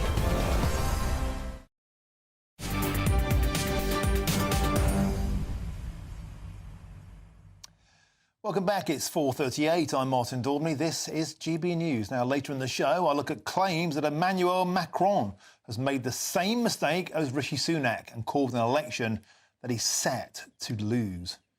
But before that, let's get more now on Reform UK, and in particular their plan to scrap net zero targets to save £30 billion a year for the next 25 years. And I'm joined by Lord Callanan, who's a Minister in the Department for Energy Security and Net Zero. Welcome to the show. Can I get your general thoughts on Nigel Farage's announcement today, the contract with the voters, as he calls it, stop the boats within 100 days, net zero immigration, immigrants aren't allowed to claim benefits for 5 years, £20,000 personal tax threshold to take £7 million out of tax, and also to cap it all, £2 million inheritance tax threshold. A lot of people are saying this is the Conservative Party manifesto that you guys should have put out. It all sounds wonderful, doesn't it? If only it was practical in terms of delivering it. That's the hard bit. I think the tax cuts alone would cost about £70 billion. And the reality is that would have to come off public services. So, of course, we want to cut taxes, but we will do so in a responsible and prudent manner, as we have been doing. But the idea that you can just suddenly, slash £70 billion on public expenditure without the public seeing the difference in terms of their services is just unrealistic. We also want to stop the votes, and we have a plan to do that. And that's why we spend a lot of time pushing the Rwanda bill through Parliament. It's just been approved. We're sorting out the final details of that, and flights will start in the summer, assuming that we are re-elected. So, many of those things we are already doing, but most of the rest, I'm afraid, is just a pipe dream. But the flaw in that plan is that you haven't stopped the boats. In fact, the situation has got worse. Only a single person has gone to Rwanda. That was of their own accord, a voluntary departure, and we're no nearer to getting any of those flights off the ground. So you can see why people fancy something, it seems, a bit more red meat. Well, I can understand that, but what is Nigel's plan to actually do that? You have to pass legislation. You can't just wish the problem away. If it was so easy, we would already have done it. We've passed a number of pieces of legislation. Crossings are down by a third this year. We've put an end to, for instance, Albanians and everything coming into the UK. But we need to take further action, and that's what the Rwanda bill is. It took a lot of time and a lot of trouble. It was opposed by the Labour Party and the Liberal Democrats every step of the way. But we got it through Parliament, and the final processes are now being put in place. The final legal hurdles are being overcome, and flights will start in the summer. But of course, that requires us to be re-elected. It's no good just announcing an end to votes. We would love to do that. You have to actually come up with practical measures to deliver it. That's about what delivery is in politics. Well, some people might say that saying stop the boats is an announcement that you'll stop the boats. But let's move on from that. And if we can, talk about your area of expertise, green targets. Again, the Reform Party today being very bold, very outspoken, saying we should scrap green levies, particularly on energy bills, which Nigel Farage, the Reform Party, say are making people net poorer, net colder in particular. They put a value on that. They say net zero targets could save £30 billion a year for the next 25 years. And when voters are given the opportunity to vote on this, as we saw in Uxbridge with the Conservative Party, when they're given the chance to vote to reject things like ULEZ, they seem to take it. We've seen the same across the European Union last week. Across the member states, those policies were rejected. Do you think there could be some votes in rowing back on those targets for the Conservatives? No, I don't. And, we have to, I think it's important that we fulfil our international obligations, that we meet net zero, but we do it in a sensible and realistic manner. And, the other side of this, one of the reasons why I support and believe we should be rolling out more renewable sources of electricity, solar panels, offshore wind, etc., is because, first of all, it is now the cheapest form of generation. And secondly, it's about the country's long-term energy security. Sadly, we are running out of oil and gas in the North Sea. We want to see new licenses issued, which is another policy opposed by Labour. But even if we do issue new licenses, the amount of oil and gas we have is declining at the rate of 7 to 8% a year. And that makes us more dependent on imports from very unstable parts of the world. We saw that in the Ukraine crisis when gas prices went through the roof. So we need to have more homegrown, Britain-derived energy, and the best and cheapest way of doing that is a slow transition towards renewables. And we now have about 50% of electricity generated last year was from renewables in this country. So presumably, if Nigel wants to go back on all of that, he therefore is saying he wants to import more expensive oil and gas into the country. That will cost us a lot of money, and it will put our energy security at risk in the longer term. That is not a sensible policy moving forward. But there is another way, and it's one that Reform have suggested. It's one that works in America, who've been largely insulated from the toxic shocks you mentioned internationally, and that is being self-sufficient energy sovereign. And we could do that in the form of shale. There could be the gold beneath our feet. Is that not something the Conservative Party may entertain? Well, firstly, we don't know that is even possible in the UK, and Lancashire certainly is not Texas. And I think Nigel should go up and discuss this with the residents who actually live in these areas about whether or not they want to see fracking underneath their houses, their communities. The UK is a relatively crowded island. There are not massive open spaces as there is in America. There's only ever been one well that's been drilled in the UK to see if there was any potential for fracking. That caused minor earth tremors and actually damage to people's properties. So again, Reform is putting forward what looks on the face of it to be a simple and easy solution, but politics is more complicated than that. You have to get people's consent. And I can tell you the communities that might be subject to fracking absolutely do not want it. And indeed, there's no evidence to say that it would even work if we tried it in the UK. So I'm afraid, it's not a simple and easy solution. By far, the best and cheapest forms of power at the moment is solar power, it is wind power, and we are rolling that out, but it has to be done in a gradual, sustained manner. That will help to ensure our energy independence going forward. OK, thank you very much for your expertise. Thanks for joining us on the show, Lord Callanan, who's a Minister in the Department for Energy Security and Net Zero. Thanks for your time. Now, about to talk about the story that's got many people up in arms over the weekend and the police officer who rammed a runaway cow with his patrol car. I'm Martin Daubney on GB News, Britain's news channel.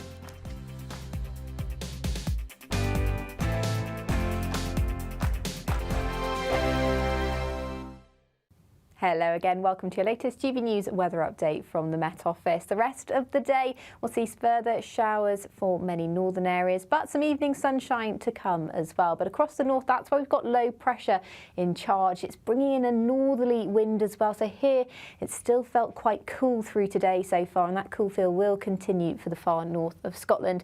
But the showers will tend to fade away, and actually there should be some late sunshine for many southern and central areas, even across the northwest as well. And then that will turn into a fairly clear night tonight. We could see some mist and fog around though by tomorrow morning, where we have seen any showers around, and temperatures will be around 11 or 12 degrees, similar to this morning by tomorrow morning. And some early sunshine as well, particularly across many central and eastern areas, away from any of that mist and fog. But actually across the north of Scotland, we've got this northerly wind dragging in some quite persistent rain through much of the night. So quite a cool feel here. But further south, across parts of Northern Ireland, parts of southwestern Scotland, Scotland, we could see a bit more in the way of sunshine, highs and temperatures around 13 degrees first thing. Not too bad in the sunshine. Across the far south as well, once that mist and fog clears, it should be a fairly bright start to the day. But notice this very bright colour on the south and east. That's some heavy rain moving across parts of France and Belgium that could clip parts of Kent, Sussex and towards Essex in the southeast, possibly through Tuesday afternoon. Further north, we could see some heavy showers breaking out across parts of Scotland and northwest England, and there's going to be more cloud around tomorrow. The temperatures won't be quite as high, around 19 or 20 degrees for many areas. Cooler than that if you do get stuck under any more persistent rain. Then through Tuesday evening, many of those showers will tend to fade away. It should lead us into another fairly dry evening with some late evening sunshine. And there'll be more sunshine to come through the rest of the week as it starts to continue to feel a bit more like summer with temperatures around average. Bye-bye. This is GB News, and we are Britain's election channel. This vote may seem to be about the politicians and the media, but it's actually about you. We won't forget that. Join us up and down the country as we follow every moment together. More than ever, it's important to hear all sides as you make your decision in the run-up to polling day. This is GB News, the People's Channel. Britain's election channel.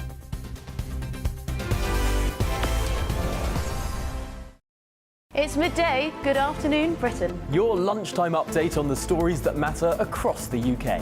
From breaking news and insightful analysis, inspiring stories and lively debates. Are you comparing yourself to a former Prime Minister? Which is it? Stay informed, stay updated, stay entertained. I just don't know how anyone would not want to be there. Every weekday from midday. We are Good Afternoon Britain, only on GB News. Britain's news channel.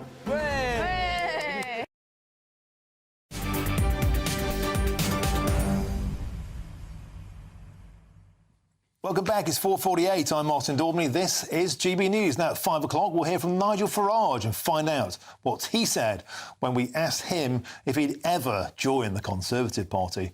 But before that, to one of the biggest talking points of the entire weekend, it's the incident that saw a police officer ram an escaped calf with his patrol car. And it happened in Surrey on Friday evening, as you can see now on your screens. And Surrey police had received reports that a cow was running loose. The police officer has been removed from frontline duties. Well, I know just a man to talk about this story. It's GB News' Northern Ireland reporter, Doogie Beattie. Doogie, you're from an agricultural background. Tell us more. You think the cop was in the wrong, don't you?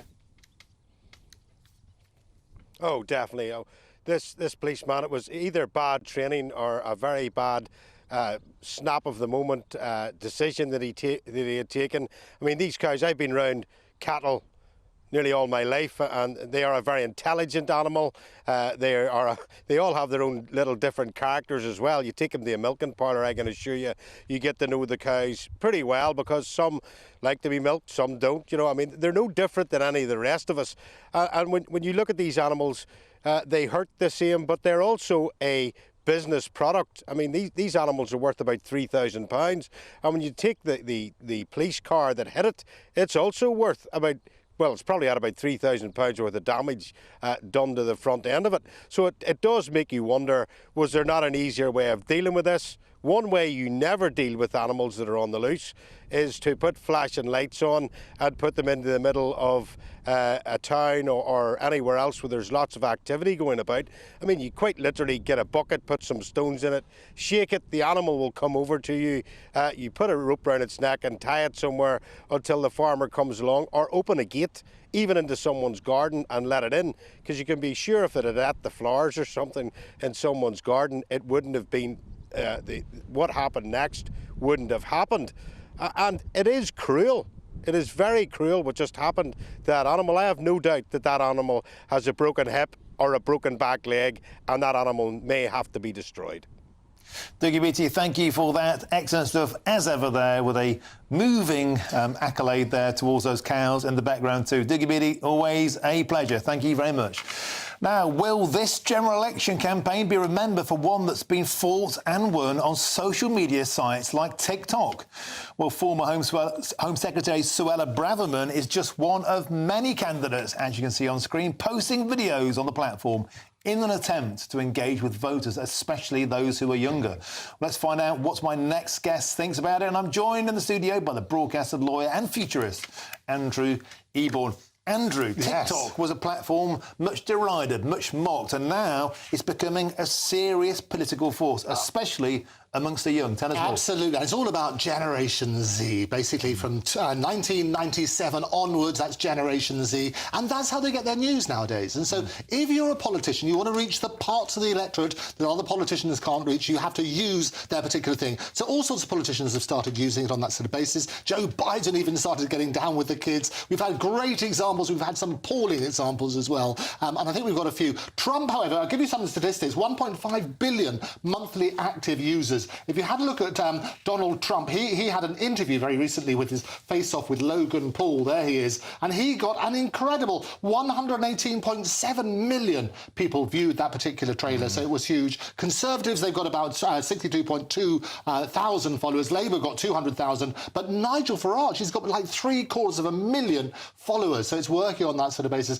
This is the Conservative one, which was quite funny. They got 1.7 million views. This is Nigel Farage talking about melons, which is bound to, in that carry-on way, I'm going to get them all. Look at his face. I love it. So that's what's happening. This is the way that you can get to the youth. The key is to do it right, though, because it's no good just having the platform. You have to understand about the message and what's going to happen. The reason it's the same demographic, interestingly, is I'm a celebrity. So people who watch Nigel and all parts of Nigel who didn't normally see, that's what's going to happen. It's going to appeal to the same people on that sort of basis, which is why people like Matt Hancock have also surprisingly done very well on TikTok. Whether that converts in terms of the electorate voting for them is a different matter. Well, it has in the European elections. So Le Pen's party, the National Rally, got a third of the vote. A young TikTok star there, Jordan Bardella, 1.4 million hits. They reckon it swung the entire vote over there. Andrew Eborn, thanks for joining us. Always a delight. Now, earlier we saw a TikTok video from Suella Braverman, and it's only fair that we give you the list of candidates standing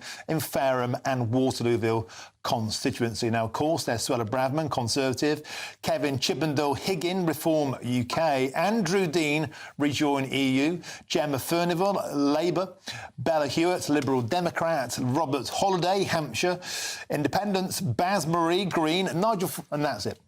Thank you very much.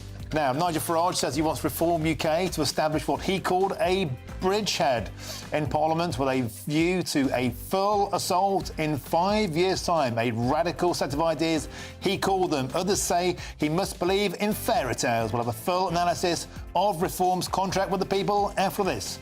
I'm Martin Daubney on GB News, Britain's news channel. But now it's your weather, and it's Annie Shuttleworth.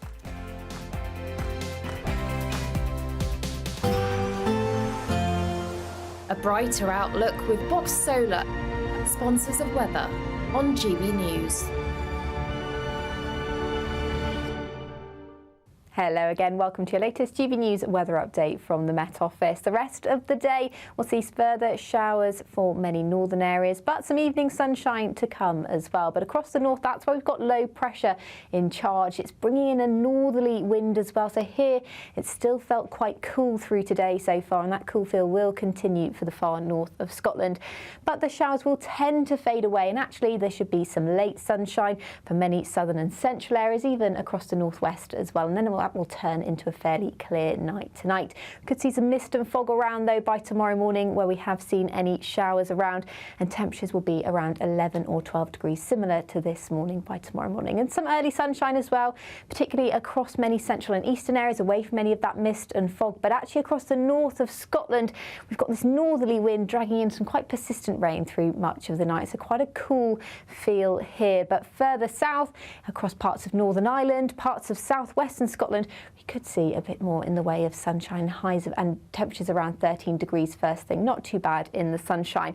Across the far south as well, once that mist and fog clears, it should be a fairly bright start to the day. But notice this very bright colour on the south and east. That's some heavy rain moving across parts of France and Belgium that could clip parts of Kent, Sussex and towards Essex in the southeast, possibly through Tuesday afternoon. Further north, we could see some heavy showers breaking out out across parts of Scotland and northwest England, and there's going to be more cloud around tomorrow. The temperatures won't be quite as high, around 19 or 20 degrees for many areas. Cooler than that if you do get stuck under any more persistent rain.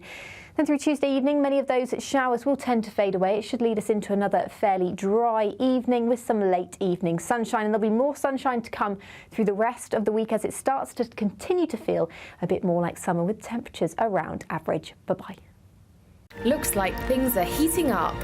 Boxed boilers, sponsors of weather on GB News.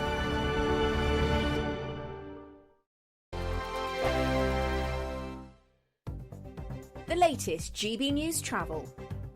Good afternoon, hello, I'm Jules Buckley. Glasgow, the westbound M8 at the Townhead turn-off junction 15's part blocked. There's a breakdown there causing queues. West Yorkshire, southbound M1 at the Cargate turn-off junction 41. Now the entry slip road there is closed off. We've seen delays. It's at the scene of a collision. If you're heading through Shrewsbury, the eastbound A5 is still queuing away from the A49 through towards the M54 junction 7 at Wellington. It follows an earlier vehicle fire, but all lanes are back open now. A lane shut and the exit slip road coming off the northbound M6 at Nuneaton and Coventry junction 3 is part blocked. There's a breakdown there and a spillage, and still looking slow southbound down the M1 from junction 23 Loughborough to 22 at Colville. It follows an earlier collision, but again all lanes open, but it's still struggling. And that's the latest. You can stay up to date throughout the day by visiting our website gbnews.com. Don't miss out on your chance to win our Summer Spectacular. And have we got a prize for you? First, there's a totally tax-free £15,000 in cash to make your summer spectacular. Spend that extra cash however you like. You'll also win a brand new iPhone, Apple AirPods, and if that wasn't enough, a £500 voucher to spend at your favourite UK attraction. So you can enjoy amazing days out this year. For another chance to win the iPhone, treats, and £15,000 cash, text prize to 63232. Text costs £2 plus one standard network rate message. You can also enter online at gbnews.com/win. Entries cost £2 or post your name and number to GB06 PO Box 8690 Derby DE1 9TT. UK only. Entrance must be 18 or over. Lines close at 5 p.m. on the 28th of June. Please check the closing time if listening or watching on demand. Good luck. I'm Patrick Christie's. Every weeknight from 9, I bring you 2 hours of unmissable, explosive debate and headline-grabbing interviews. What impact has that had? We got death threats and the bomb threats on. As time passes, she could have said storm. You made my argument for me. My guest and I tackle the issues that really matter with a sharp take on every story. It went everywhere. Something practical could be done. Or I can become something different. Patrick Christie's tonight from 9 p.m. only on GB News, Britain's news channel. Are the newspapers getting you down? My wife didn't divorce me that month. Struggling to separate the wheat from the chaff? I know that it's a bit of a circus at the best of times. Well, don't worry. Headliners has got you covered. We'll take the burden of reading the day's news, and if we get depressed, who cares? It's an occupational hazard, frankly. That's Headliners on GB News from 11 p.m. till midnight, and the following morning, 5 till 6 a.m. on GB News, the comedy channel. Nah, just kidding. Britain's news channel.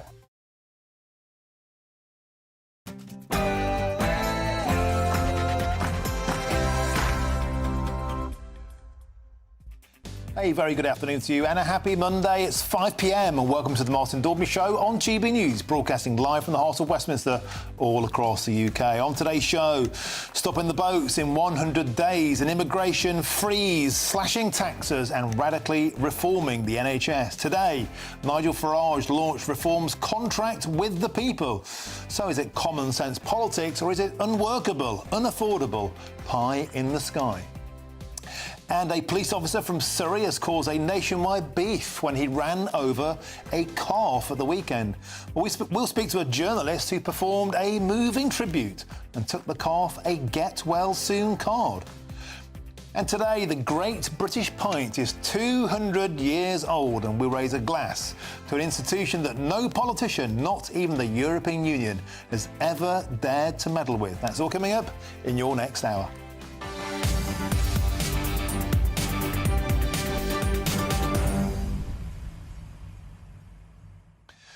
Well, it's the show, always a delight to have your company. So, Nigel Farage's Reform Party has launched their contract with the voters. He says it's filled with radical ideas, stopping the boats in 100 days, an immigration freeze, no benefits for immigrants within 5 years of arrival, raising the tax threshold to £20,000, taking £7 million out of tax altogether. But its critics have called it a fairy tale, Trussonomics on steroids. What do you think? Is it the kind of politics you want, or would it bankrupt Britain? Get in touch the usual ways, gbnews.com/your say. But before all of that, your news headlines with Polly Middlehurst.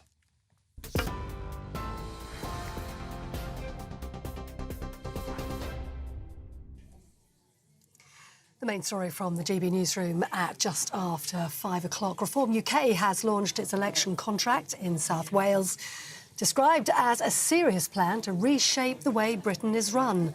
The Reform leader, Nigel Farage, said he wouldn't call it a manifesto because too many voters have lost confidence in them. Mr Farage outlined plans to freeze all non-essential immigration and take Britain out of the European Convention on Human Rights. Reform UK would also introduce a new tax for employers who choose to hire workers from overseas. Earnings under £20,000 a year would be tax-free, with extra funds made available by abolishing the government's net zero targets. Mr Farage says he wants to restore trust in British politics. The great British public, who want some hope, who want some aspiration, those at the lower end of the income scale who can't make ends meet, those who are trapped on benefits, and I mean trapped, they can't get off because you work for more than 16 hours a week, they take your benefits away. We're aiming at those people, we're aiming at people who would like well-paid jobs in the manufacturing sector. Nigel Farage. Well, a new poll gives Labour a 20-point lead with 41%, ahead of the Tories on 21%, while Reform UK trails on 15%. But Prime Minister Rishi Sunak says he'll fight on and he intends to win. There's still 2.5 weeks to go in this election. I'm fighting hard for every vote because I believe we can win. And there's a very clear choice at this election. It's having your taxes cut by the Conservatives or facing significant tax rises with the Labour Party. Now, we know now the manifestos are all out. Everyone's cards are on the table. With the Conservatives, we will cut your taxes at every stage of your life. And in contrast with Labour, the tax burden is going up to the highest we've seen in our country's history. Well, Sir Keir Starmer is promising an end to what he's called chopping and changing in government, which he says discourages investment in Britain. He also vowed to drive down child poverty after the Institute for Fiscal Studies warned the number of children affected by the two-child benefit cap will rise by a third over the next 5 years. But Sir Keir says the cap will remain for the time being. Look, it's a tough choice. I'll be clear about that. But one of the things that we are not going to do as we go into this election is to make announcements about changes that we can't afford, because a lot of damage has been done to the economy. So I'm taking the tough choice to say to people before they vote, these are some of the things we won't be able to do because of the state of the economy. What I don't want to do is do what the Tories are doing, which is sort of promise the earth without the funding. And, you know, guess what? After the event, as we've seen in the last 14 years, nothing gets delivered. Sir Keir Starmer. Well, the Liberal Democrats say fuel duty relief should be expanded to 20 new areas to support motorists in rural communities. So Ed Davey backed up claims by the RAC that fuel retailers are continuing to charge persistently high prices despite falling wholesale costs. The party's leader says rural motorists have been particularly clobbered, he said, by the cost of living. He's calling for the current scheme to be expanded, which sees retailers compensated for passing on lower prices to drivers. So Ed Davey says it'll be funded by tackling tax avoidance. Cost £7 million. And in our costings we published when we launched our manifesto, we had many ways we were raising the money. One of the big ways is through tackling tax avoidance. We're going to invest £1 billion a year in the tax authorities so they can raise $7 billion. They reckon they can raise more than that, but that's what we've put in, and this would come out of that money. Said Davey. Now, in Scotland, a man has been sentenced to a minimum of 22 years in jail for the murder of a former biology teacher in 2022. Paul McNaughton admitted to luring 75-year-old Peter Caution to a flat in Edinburgh using a fake profile on a gay dating app before then killing him. McNaughton, along with his 65-year-old flatmate Paul Black, then concealed the body for days before dumping it in a lay-by in Northumberland. Sir Rod Stewart appears to have been booed during a performance in Germany after he showed support for Ukraine. The singer performed while an image of the Ukrainian flag was projected behind him as he belted out his 1991 hit Rhythm of My Heart, which he described as a war song. But Sir Rod's show of support provoked loud booing from many in the city of Leipzig. It comes after Germany reportedly vetoed an EU plan to apply fresh sanctions on Russia's lucrative gas sector. That's the news. For the latest stories, do sign up to GB News Alerts, scan the QR code on your screen, or go to gbnews.com/alerts.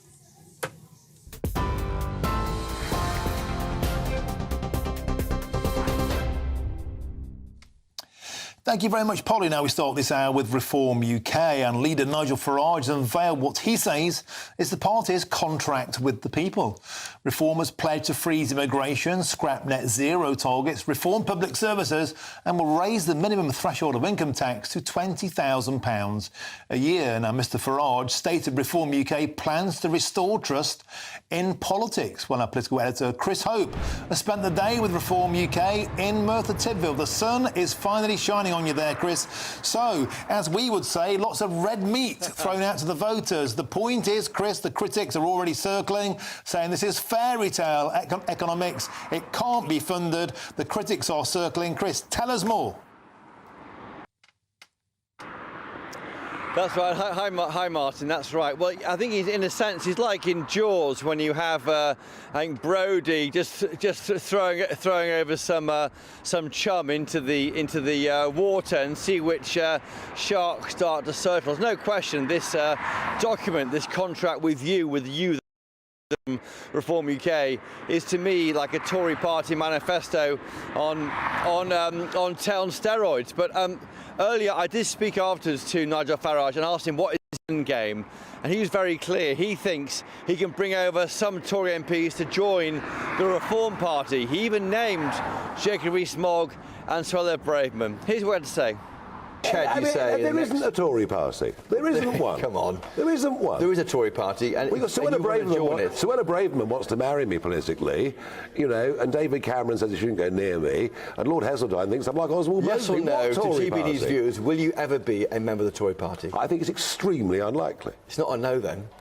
Oh, goodness me. These are the Westminster Games you all play. My ambition... I'm at GB News. I'm playing Westminster Games. My ambition is for this party to establish a beachhead, right, into Parliament, and to use that to build a mass movement over the course of the next 5 years.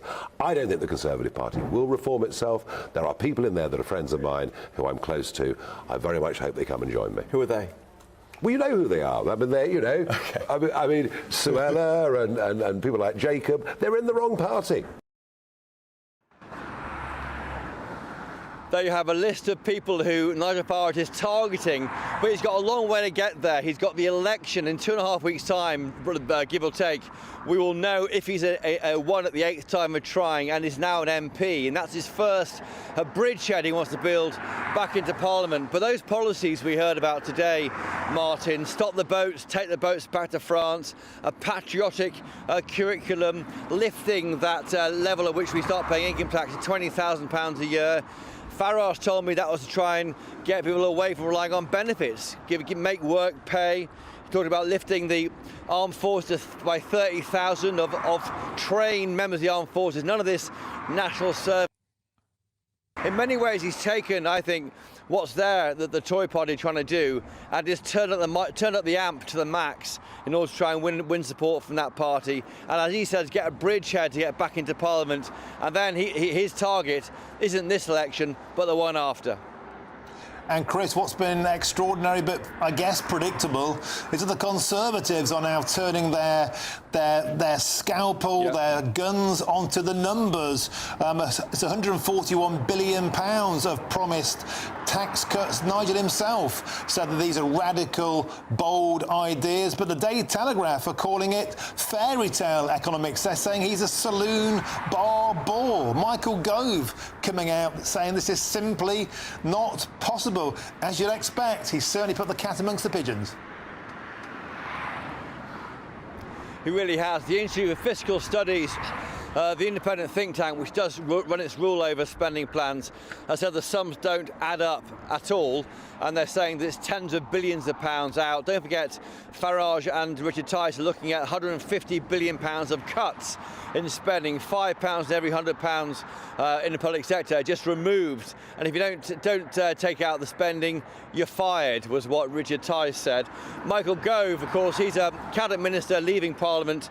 He says it's ridiculous. Nigel Farage is part of a great entertainment machine. He is not someone who can govern this country. Reform was a giant ego trip, he said, not a serious programme of alternate change. And the Tory spokesman has been saying this lunchtime, this afternoon, a vote for reform risks delivering an unaccountable Labour majority. And that would hand Keir Starmer a blank cheque to raise your taxes. The Tory party has its eyes trained firmly on Labour because they know the damage that Farage can cause if reform starts to take off in the final 2.5 weeks of this campaign.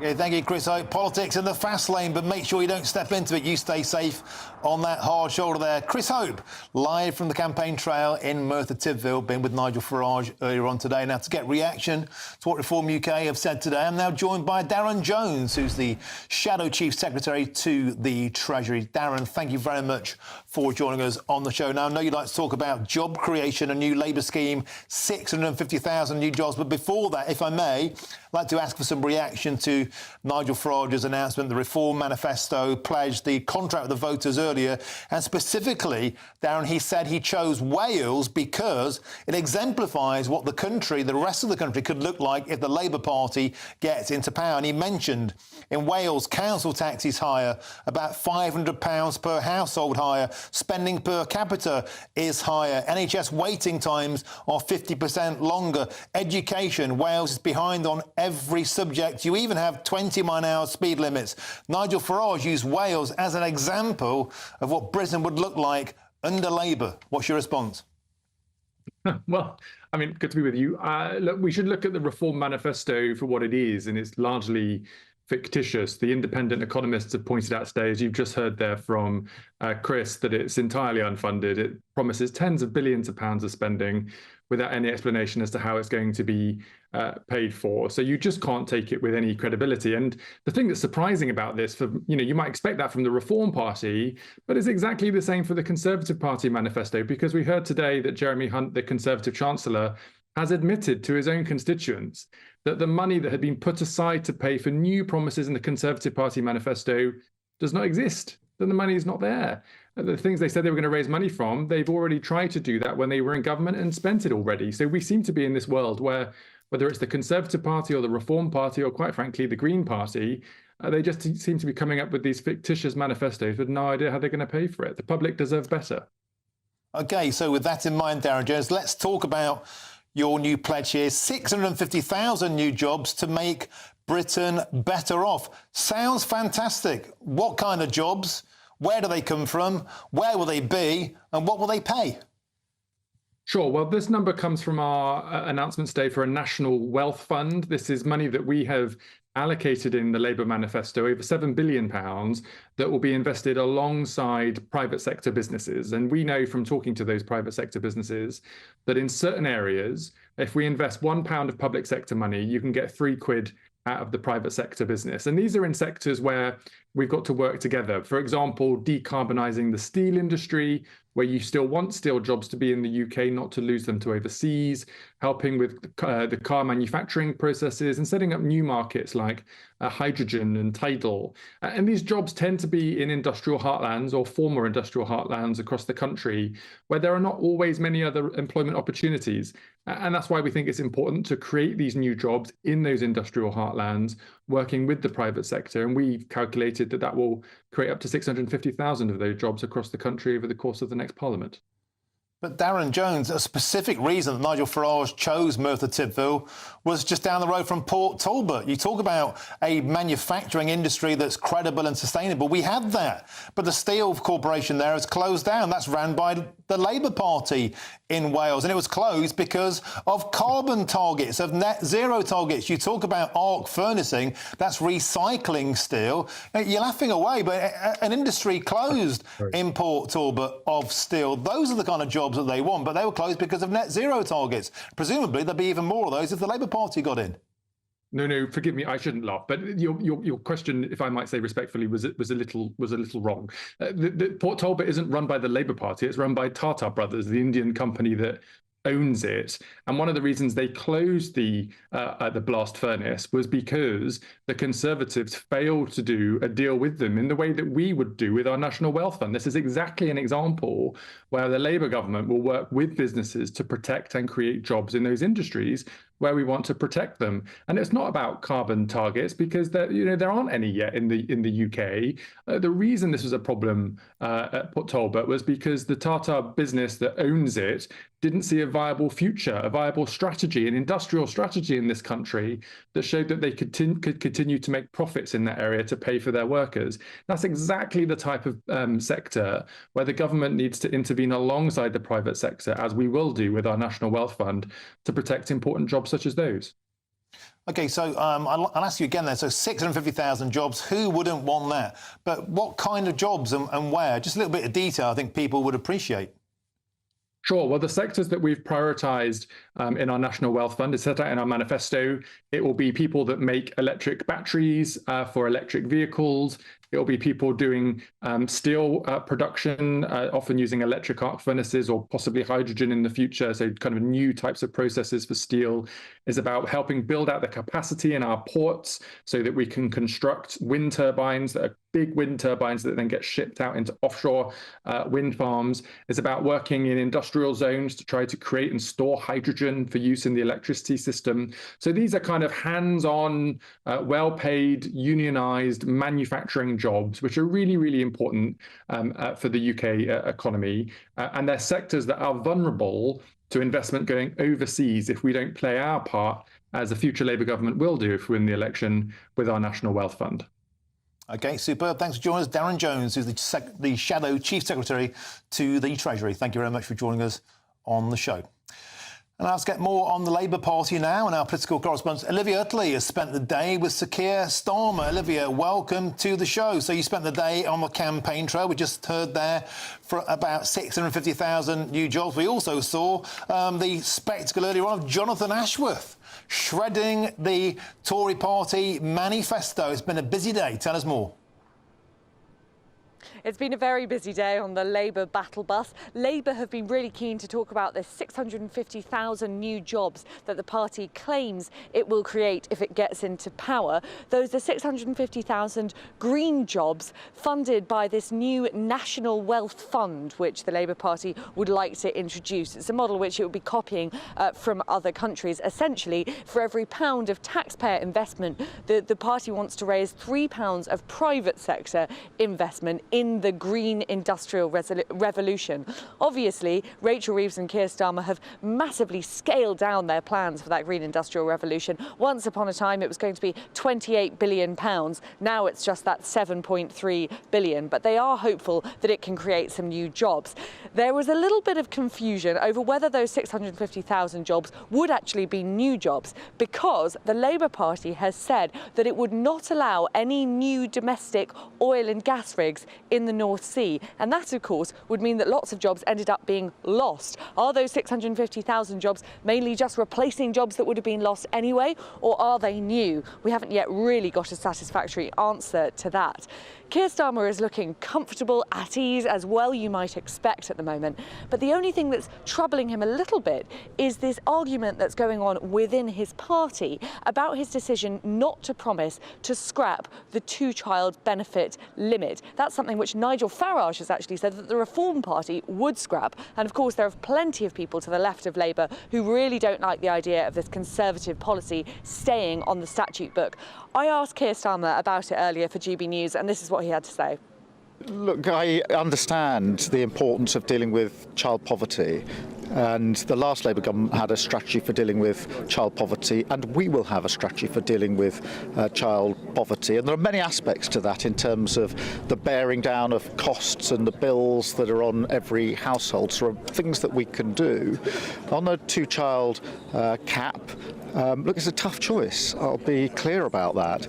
But one of the things that we are not going to do as we go into this election is to make announcements about changes that we can't afford, because a lot of damage has been done to the economy. So I'm taking the tough choice to say to people before they vote, these are some of the things we won't be able to do because of the state of the economy. What I don't want to do is do what the Tories are doing, which is sort of promise the earth without the funding. And, you know, guess what? After the event, as we've seen in the last 14 years, nothing gets delivered.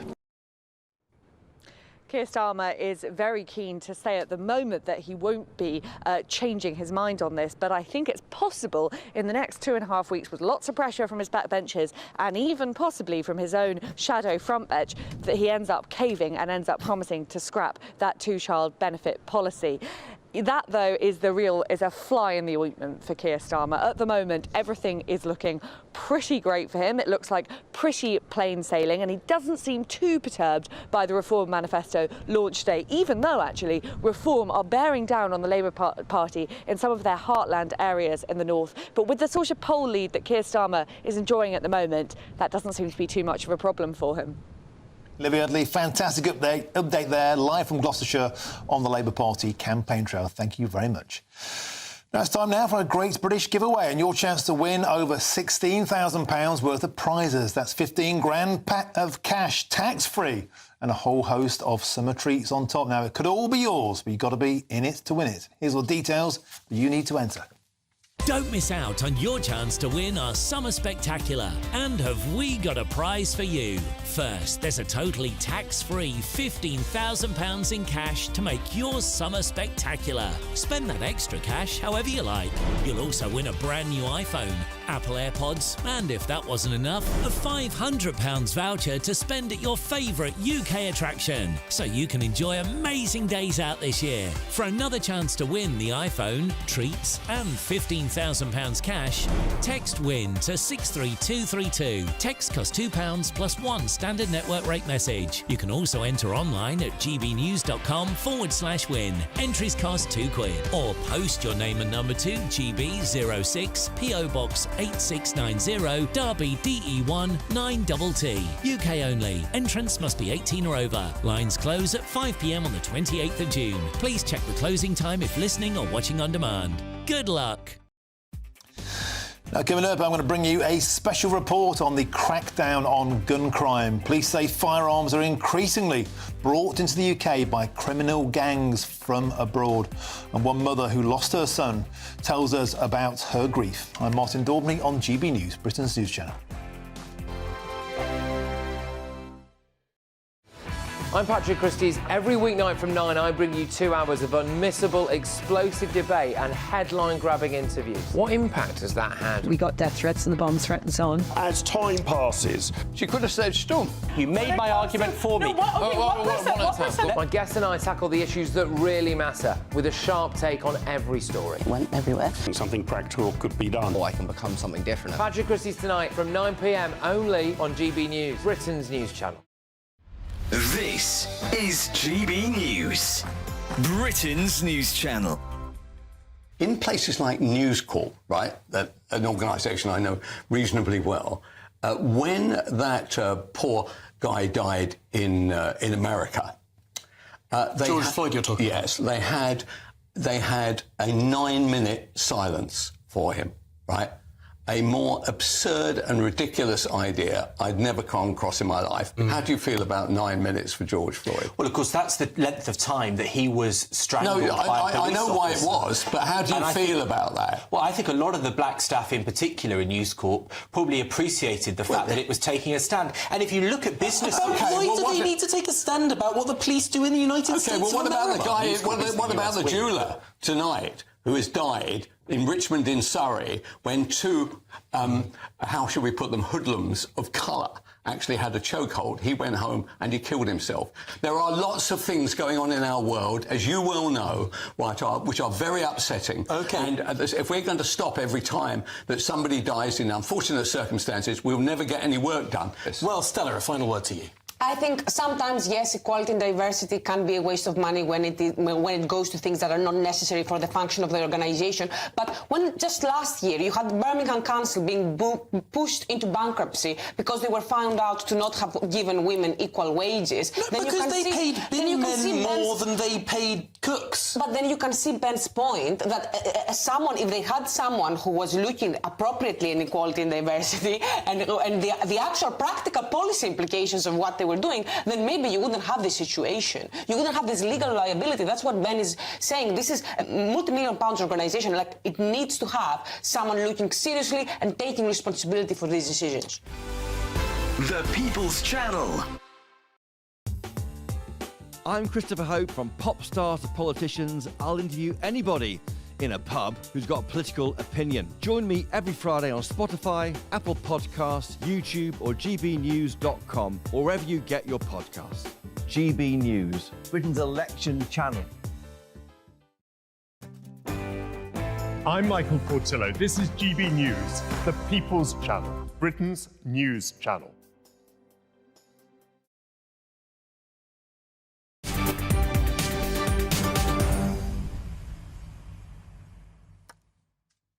Welcome back. It's 5:27. I'm Martin Daubney. This is GB News. Now, senior police officers have revealed that almost all the firearms being used by criminals on London streets are being brought in from abroad. And although firearms offences in London have fallen, half of all cases still go unsolved. Our Homeland Security editor, Mark White, has been taking an in-depth look at the issue.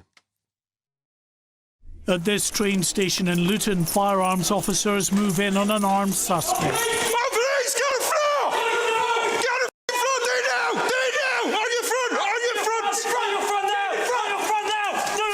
This is 20-year-old Tyrell McCoy. When officers searched him, they found this handgun and ammunition. McCoy and other members of his North West London gang have now been jailed for drugs and firearms offences.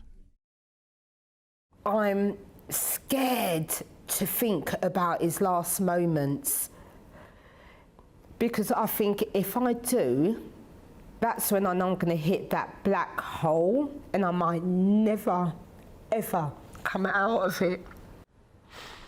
Jackie Taylor knows more than most the heartbreak gun crime can bring. Last year, her son Tyrese was shot dead in South London. His killer has since been convicted, but for the family, their grief is all-consuming. Sometimes I sit down and it's not even tears. I'll just be sitting down and all of a sudden I can't breathe. And then I'm just like, come on, Jackie, come on. None of us have ever been the same since that day. It's just horrible. Loud shout, loud shout!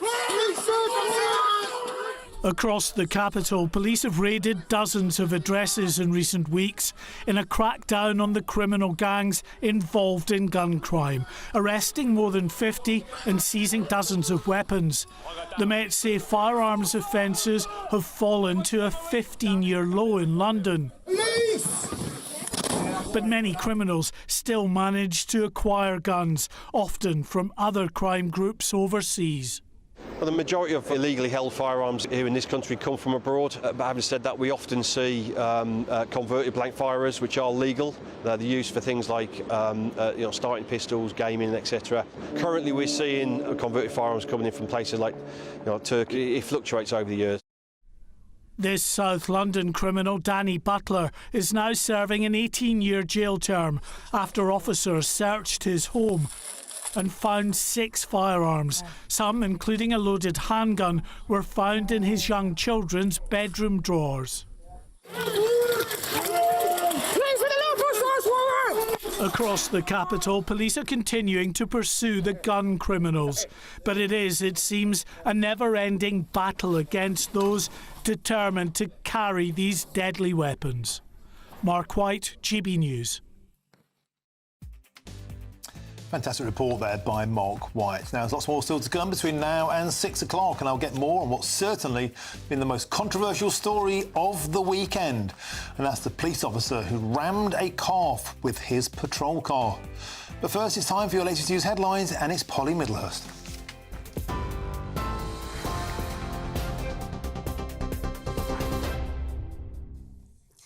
The top stories this hour from the GB newsroom. We can tell you that Reform UK has launched in South Wales its election contract, with the British people describing it as a serious plan to reshape the way Britain is run. The Reform leader, Nigel Farage, said he wouldn't call it a manifesto because too many voters have lost confidence in that term. Mr Farage outlined plans to freeze all non-essential immigration and take Britain out of the European Convention on Human Rights. And Reform would also introduce a new tax for employers who choose to hire workers from overseas. Earnings under £20,000 a year would be tax-free, with extra funds made available by abolishing the government's net zero targets. Mr Farage says he wants to restore trust in British politics. The great British public who want some hope, who want some aspiration, those at the lower end of the income scale who can't make ends meet, those who are trapped on benefits, and I mean trapped, they can't get off because you work for more than 16 hours a week, they take your benefits away. We're aiming at those people, we're aiming at people who would like well-paid jobs in the manufacturing sector. Well, a new poll gives Labour a 20-point lead, with 41% ahead of the Tories on 21%, while Reform UK trails on 15%. But the Prime Minister, Rishi Sunak, says he'll fight on and he intends to win. There's still 2.5 weeks to go in this election. I'm fighting hard for every vote because I believe we can win. And there's a very clear choice at this election. It's having your taxes cut by the Conservatives or facing significant tax rises with the Labour Party. Now, we know now the manifestos are all out. Everyone's cards are on the table. With the Conservatives, we will cut your taxes at every stage of your life. And in contrast with Labour, the tax burden is going up to the highest we've seen in our country's history. The RAC has accused fuel retailers of exploiting the focus on the general election by keeping their price margins persistently high. The motoring group saying wholesale costs have fallen in recent months and there's no reason for retailers to maintain their current pricing on energy. It comes as the Liberal Democrats call for a fuel duty relief scheme to be expanded to improve affordability in rural areas. Those are the headlines. For the latest, do sign up to GB News Alerts, scan the QR code on the screen, or go to gbnews.com/alerts.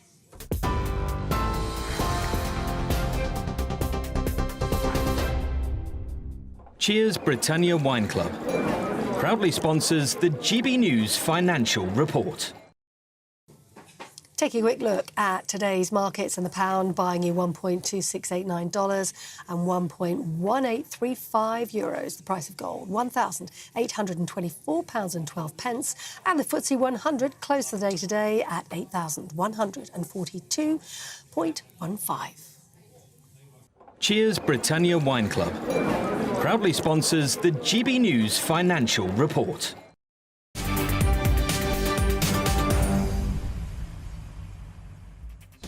Thank you, Polly. Now about to talk about the story that's got many, many people up in arms these past few days, and that's the police officer who rammed a runaway cow with his patrol car. I'm Martin Daubney on GB News, Britain's news channel. The latest GB News travel. Good afternoon, I'm Johnny Ratner. Big problems continue on the M1 in West Yorkshire. The southbound entry slip road remains shut at 41. That's north of Wakefield, of course, at the scene of a crash. And on the A1M in South Yorkshire, the northbound exit is blocked off the Doncaster exit, junction 36, for a medical emergency that's ongoing.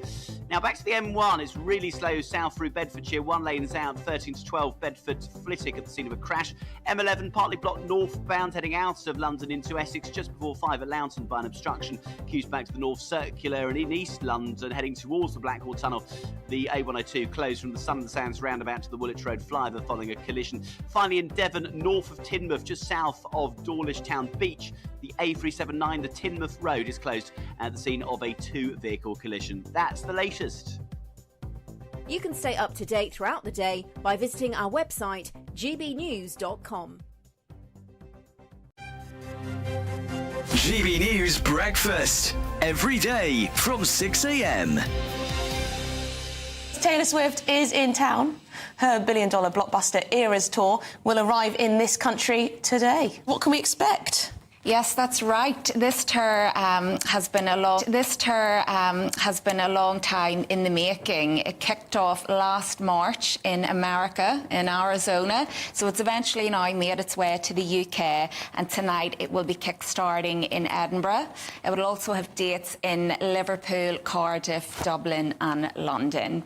So needless to say, there is a lot of Swiftie fans on the loose right now. It's like Beatlemania all over again. But what I love about Taylor, though, is the fact that she exudes empowerment, confidence, and she also is such a good role model as well. I think for the younger generation, she's always had this wholesome image as well. She writes all her own music. She plays lots of different instruments, and she's just an all-round great performer, isn't she? But she's actually done a whole load of different types of music, hasn't she? She has, that's right. She started off as a country pop singer, and she's now transcended into this mainstream music artist, and she's such a massive reach. Like I say, she's toured around America, South America, Europe and now the UK. She's very much a household name, and I mean, I don't think there's anyone out there who doesn't know who Taylor Swift is right now, like her or not. She brings in the money. I mean, think about it, not just the ticket sales, but also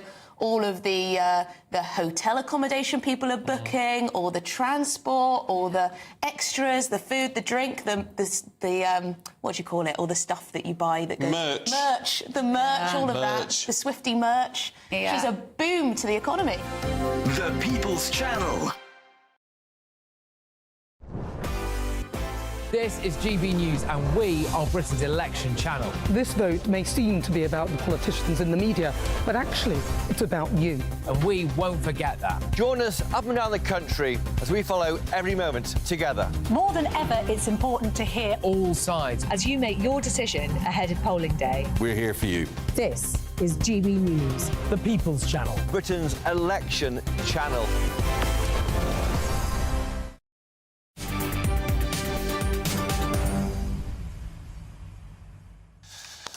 Welcome back. It's 5:38. I'm Martin Daubney. This is GB News. Now, loads and loads of you have been getting in touch during the show. gbnews.com/your say. Let's go through a few of those now. Of course, politics has been the top issue of the agenda today, particularly the reform contract with the people launch in Merthyr Tydfil by Nigel Farage earlier on. Paul says this: I'm struggling to find something I didn't agree with in Reform's new contract with the people. Also on politics, Gary says this: Labour has announced that its National Wealth Fund will invest around £8 billion in various energy security projects. The trouble is they haven't explained yet where the £8 billion in the new wealth fund is going to come from. You know, I had a minister on a moment ago, and I simply said to him, where will these jobs be? 650,000 new jobs. Where will they be? What will they pay? What's in it for me as a voter? And it still feels as though there was no specific meat on the bone, no specific detail came through. On the topic of arms and guns, Mark White, our Home and Security Editor, did a report, fantastic report, on the fact that the vast majority of guns, more than half, in Britain, are coming from abroad. Now, we're going to cross now to Rishi Sunak. He's on the campaign trail. Let's join Rishi Sunak now. Hi, everyone. Hello. How are you doing? Very good. Lucy, thank you for the lovely introduction. Great to be with you. Lucy is going to be a great MP for Ely and East Cambridgeshire. She's getting more investment in, she's getting those potholes fixed and delivering better broadband. But also, as my Secretary of State for Culture, Lucy has made the UK the creative capital of Europe. She's also supported grassroots football and rugby. And crucially, she's singly responsible for making sure that football comes home this summer. And Chris, it's great to be here with you too. You're going to be a fantastic MP. Now, Chris grew up on his father's or grandfather's farm, working hard, has made this area the home that he loves, and he will work his socks off for you. From opposing the crazy Liberal Democrat and Labour idea to put congestion charging across Cambridge and Cambridgeshire, but also opposing the Liberal Democrats' mad idea of the 4-day week at the council and supporting the cancer hospital, as we heard so passionately about. Chris is going to be an excellent MP, so let's get Chris and Lucy elected into Parliament. Now, look, I know the last few years have been tough. COVID, the war in Ukraine. I know people are frustrated, but we are making progress and we have turned a corner. Just look at what we've been able to achieve in the last 18 months. Inflation back to normal, the economy growing faster than our competitors, immigration starting to come down, more investment in our security and the union secured. But this election is about the future, about the type of future we want, the type of country we want.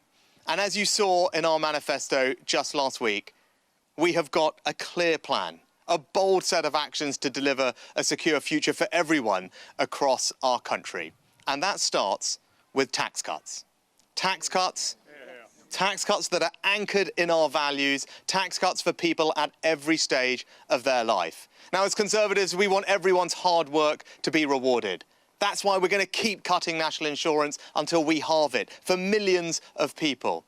We also believe in a culture of enterprise, rewarding, supporting the risk takers who set up their own business, become self-employed, which is why we are abolishing national insurance for those who do that.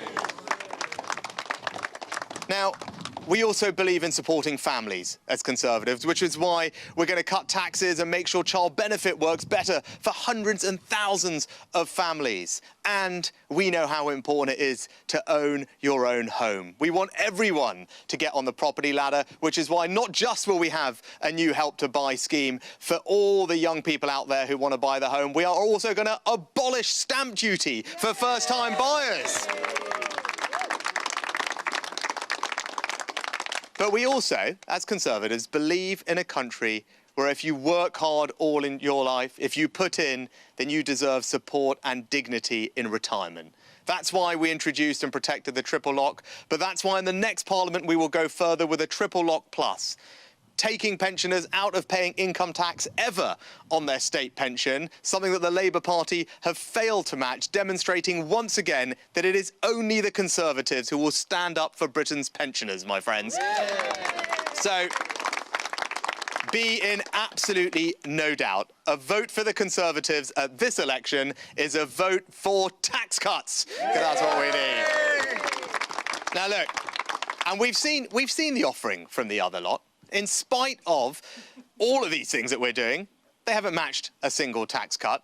We know that they're going to saddle working families with a £2,000 tax bill, but it's worse than that.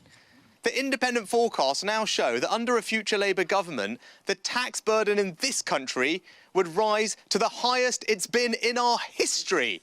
Just think about that. That's not what families can afford, and that's what we're going to fight to stop. But it doesn't stop there. In spite of the increase in welfare that we've seen, particularly for those with ill health since the pandemic, and the forecast for welfare to continue growing unsustainably, unlike us, who will support people into work and reform welfare, the Labour Party don't think that you can save a single pound from our welfare bill. Think about that, not a single pound, right? That's how disconnected they are from the values of working people. And I was out with Claire. Where is Claire? I was out with our fantastic Secretary of State, Claire, today at a gas rig in the North Sea, seeing the importance of the North Sea to our energy security, to cutting people's bills. Again, what would Labour do? They would ban North Sea energy, damaging our economy, damaging our energy security, rushing to net zero in a wage that saddles families with thousands of pounds of costs. When it comes to migration, we're the ones that have got a clear plan. The only way to fully solve this problem is to have a deterrent, so that people know that if they come to our country illegally, they won't be able to stay, which is why we will put them on planes to Rwanda. What would Labour do? they would scrap that scheme, release everyone from the detention centres and offer an amnesty, making us the soft touch of Europe. Right? That is what the choice at this election, my friends, is. And it's worse than that. It's worse than that. Instead of celebrating our success as a country, as a society, Labour would introduce a divisive Race Equality Act. Just think, we have the first British Asian Prime Minister, the most diverse cabinet in our country's history. I think we're doing all right, actually.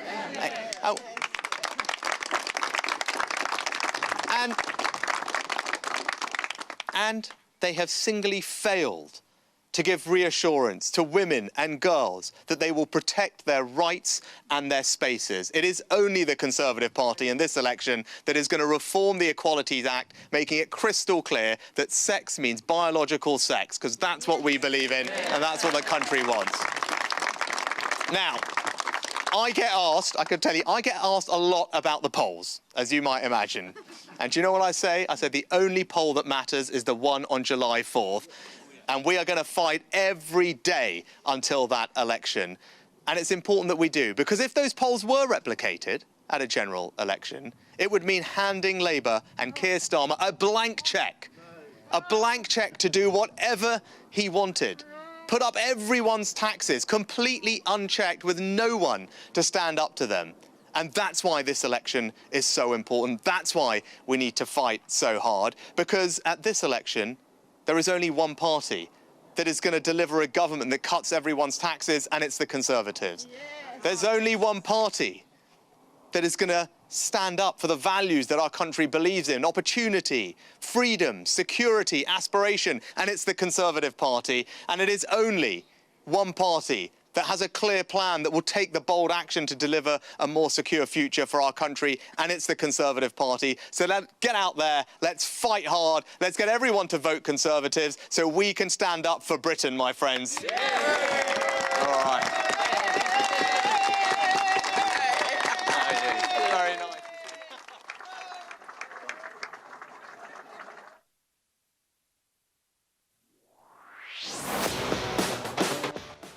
Blasting out the music. As you can see, he was speaking about the Lib Dems' mad idea of a 4-day week in the council there, plus congestion charges across the county. I know it's been tough, he said, but he did say immigration is starting to go down. We've got a clear plan. Keep cutting national insurance all the way and abolish stamp duty for first-time buyers, triple lot plus. Of course, he was trotting through the manifesto pledges. He did say the only poll that matters is the one on July the 4th, and I'll keep fighting for every single vote until then. He mentioned as well that he was out on a North Sea oil platform earlier on, and that Labour would ban North Sea oil due to net zero. On immigration, he said Labour would make us the soft touch of Europe, and went on to say that Labour would introduce a divisive equalities bill, and they have failed to protect women and girls' spaces. He said, I want to make it crystal clear that sex means biological sex under the Conservative Party. And he's just said we cannot hand a blank cheque to Keir Starmer. Many people feeling, of course, that when you mention things such as that, you're ostensibly saying you are conceding defeat, and the only thing that matters now is the size of the Labour Party majority. You can see having selfies taken there with voters in demand, as usual, on the campaign trail. Will it be enough? Will it be enough? Of course, the Reform Party launched their contract with the people today in Merthyr Tydfil, and directly hitting out at the fact that the Tory party is broken. Nigel Farage said, divided. David Cameron, on the one hand, accusing him of dog whistling, of outright bias, and then, of course, saying that, on the other hand, people like Suella Braverman, people like Jacob Rees-Mogg, he actually said, sending me more or less an open love letter to rejoin the party. Can Rishi Sunak pull it out of the bag? Can he do that? That remains to be seen. Now, we know it's a Monday, but you might want to grab yourself a nice cold beer after work today. As today, the pint turns 200 years old. It's something that is a cornerstone of British culture. And I've got myself a jar here. Now, according to the Daily Mail journalist Robert Hardman, it is actually part of our national psyche. And he's joining me now. It's an absolute delight to have you on the show, Robert. So, 200 years old today. Well, I'll drink to that. Now, you wrote a great piece in the Daily Mail, something of a love letter to the pint. Over to you. Well, I'm very jealous, Martin, because you've got one in your hand. I haven't, because I'm sitting in my office. I'm on my way to have one in a minute, as soon as I'm off air. But no, I mean it is part of our psyche. It's part of the sort of cultural landscape. You know, you talk about going for a pint, and it was exactly 200 years ago today that the government brought in something called the Weights and Measures Act, because they wanted to standardise things, because at that stage pubs were selling all sorts of different measures. Everything was being sold in there were different gallons, different pounds, different ounces. They wanted to have one benchmark for the whole country, and indeed in those days the whole empire, and they came up with an imperial gallon. I'll summarise it very quickly, but there was 7,000 grains equal to 1 pound of water, 10 pounds of water distilled. It was to be the measure of an imperial gallon, and 1/8 of that gallon would be the pint. And there you see it. That is the pint. That's still what we have today. There have been all sorts of attempts to get rid of it, or to make it go the way of metrication, and so we still today, you know, metrication may be there in other walks of life. We've hung on to miles just, and we've hung on to our pint, because frankly, if I said to you, should we go for a litre, you'd think I'd gone mad. Yeah, and Robert, so you also mentioned, I'm just over the way here on College Green, you can still see some of the original measuring vessels on a wall. I didn't know that. Tell me about that. I'd love to go and see them. It's amazing. I had no idea, but there was this wonderful little tower opposite Parliament called the Jewel Tower. It's where monarchs used to keep their treasure. It's now run by English Heritage. It's got a little cafe in the bottom. Anybody can go in there, and it's set into the wall is an original set of these imperial weights and measures, and you can see the actual benchmark for the pint, the bushel, the gallon, the quart. A quart, by the way, is 2 pints. And these were there so that if anybody argued, here was, if you like, this was the original. They're made of brass. No one could argue with them. That is a pint. And around the world to this day, there are still, you know, many other countries that still serve the pint. It's funny, isn't it, that we our cars, we talk about miles to the gallon, but we buy our petrol in litres. Yes, we run marathons, but people talk about running a 5K. You know, children today, my children certainly talk more in metric than I do. But the one thing that hasn't changed, and I think it'd be suicidal for any politician to even think about it to change, is the pint. So this evening, I hope, and what better time? We're in the middle of the Euros, just have Father's Day. I mean, there is no excuse not to go and order a pint right now.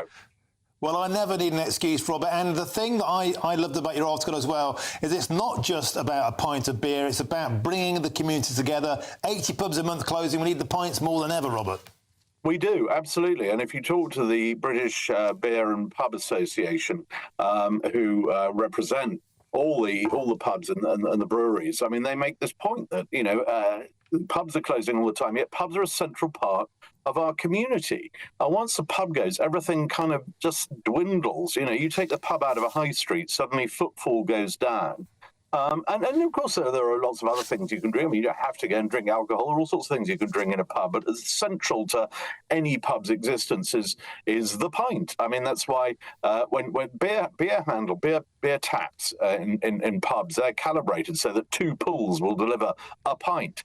There's a great debate I didn't know this actually until I wrote the article, that particularly in the north, people are much keener on having a thick head on their pint. Robert, I'm going to have to call time. I'm afraid I'm going to have to call time. Last orders on the show, but thanks for joining us, Robert Hardman. And that's all from me for now. Jubes and Co, of course, is up next. Don't forget, join us on Breakfast tomorrow from 6. It's Breakfast with Eamon and Isabel. Then it's Britain's Newsroom, 9:30 with Andrew and Bev. And then Tom and Emily, Good Afternoon Britain. Then it's My Mush from 3. I'm Martin Daubney. This is GB News. Now it's your weather with Annie Shuttleworth. And cheers.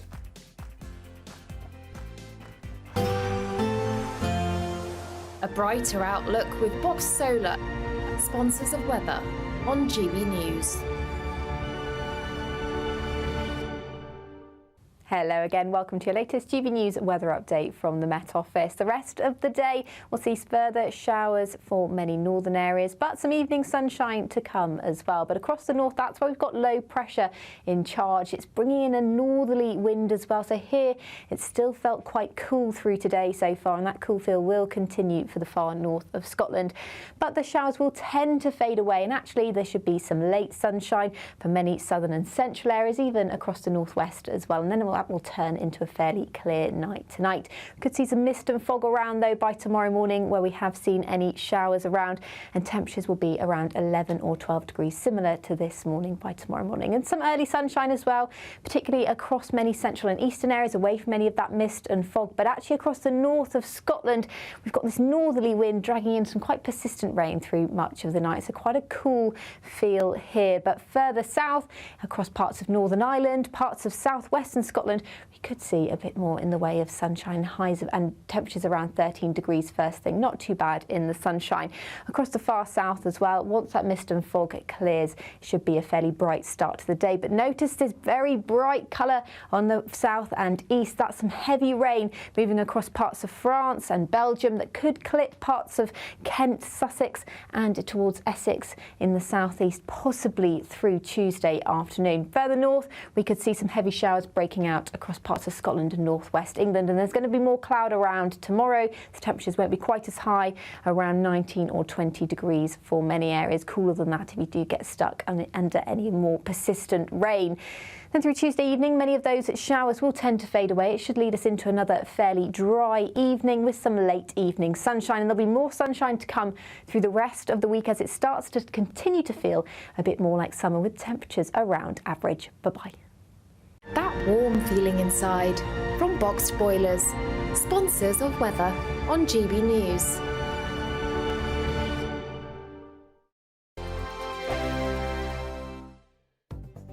The latest GB News travel.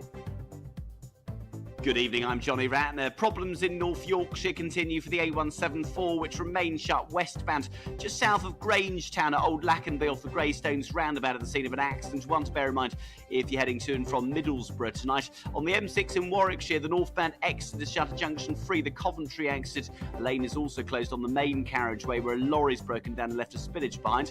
On the M5 in Gloucestershire, the northbound exit is shut at 14, the Thornbury turn-off for emergency bridge repairs. In West London, the Lambton Road at Heston blocked just off the A4 after a fire broke out inside a building with a number of buses having to divert. In Devon, north of Teignmouth, south of Dawlish Beach, the A379 Teignmouth Road closed following a two-vehicle collision. And Metropolitan Line trains are suspended Chalfont and Latimer to Chesham because of problems with the signals. That's the latest. You can stay up to date throughout the day by visiting our website, gbnews.com.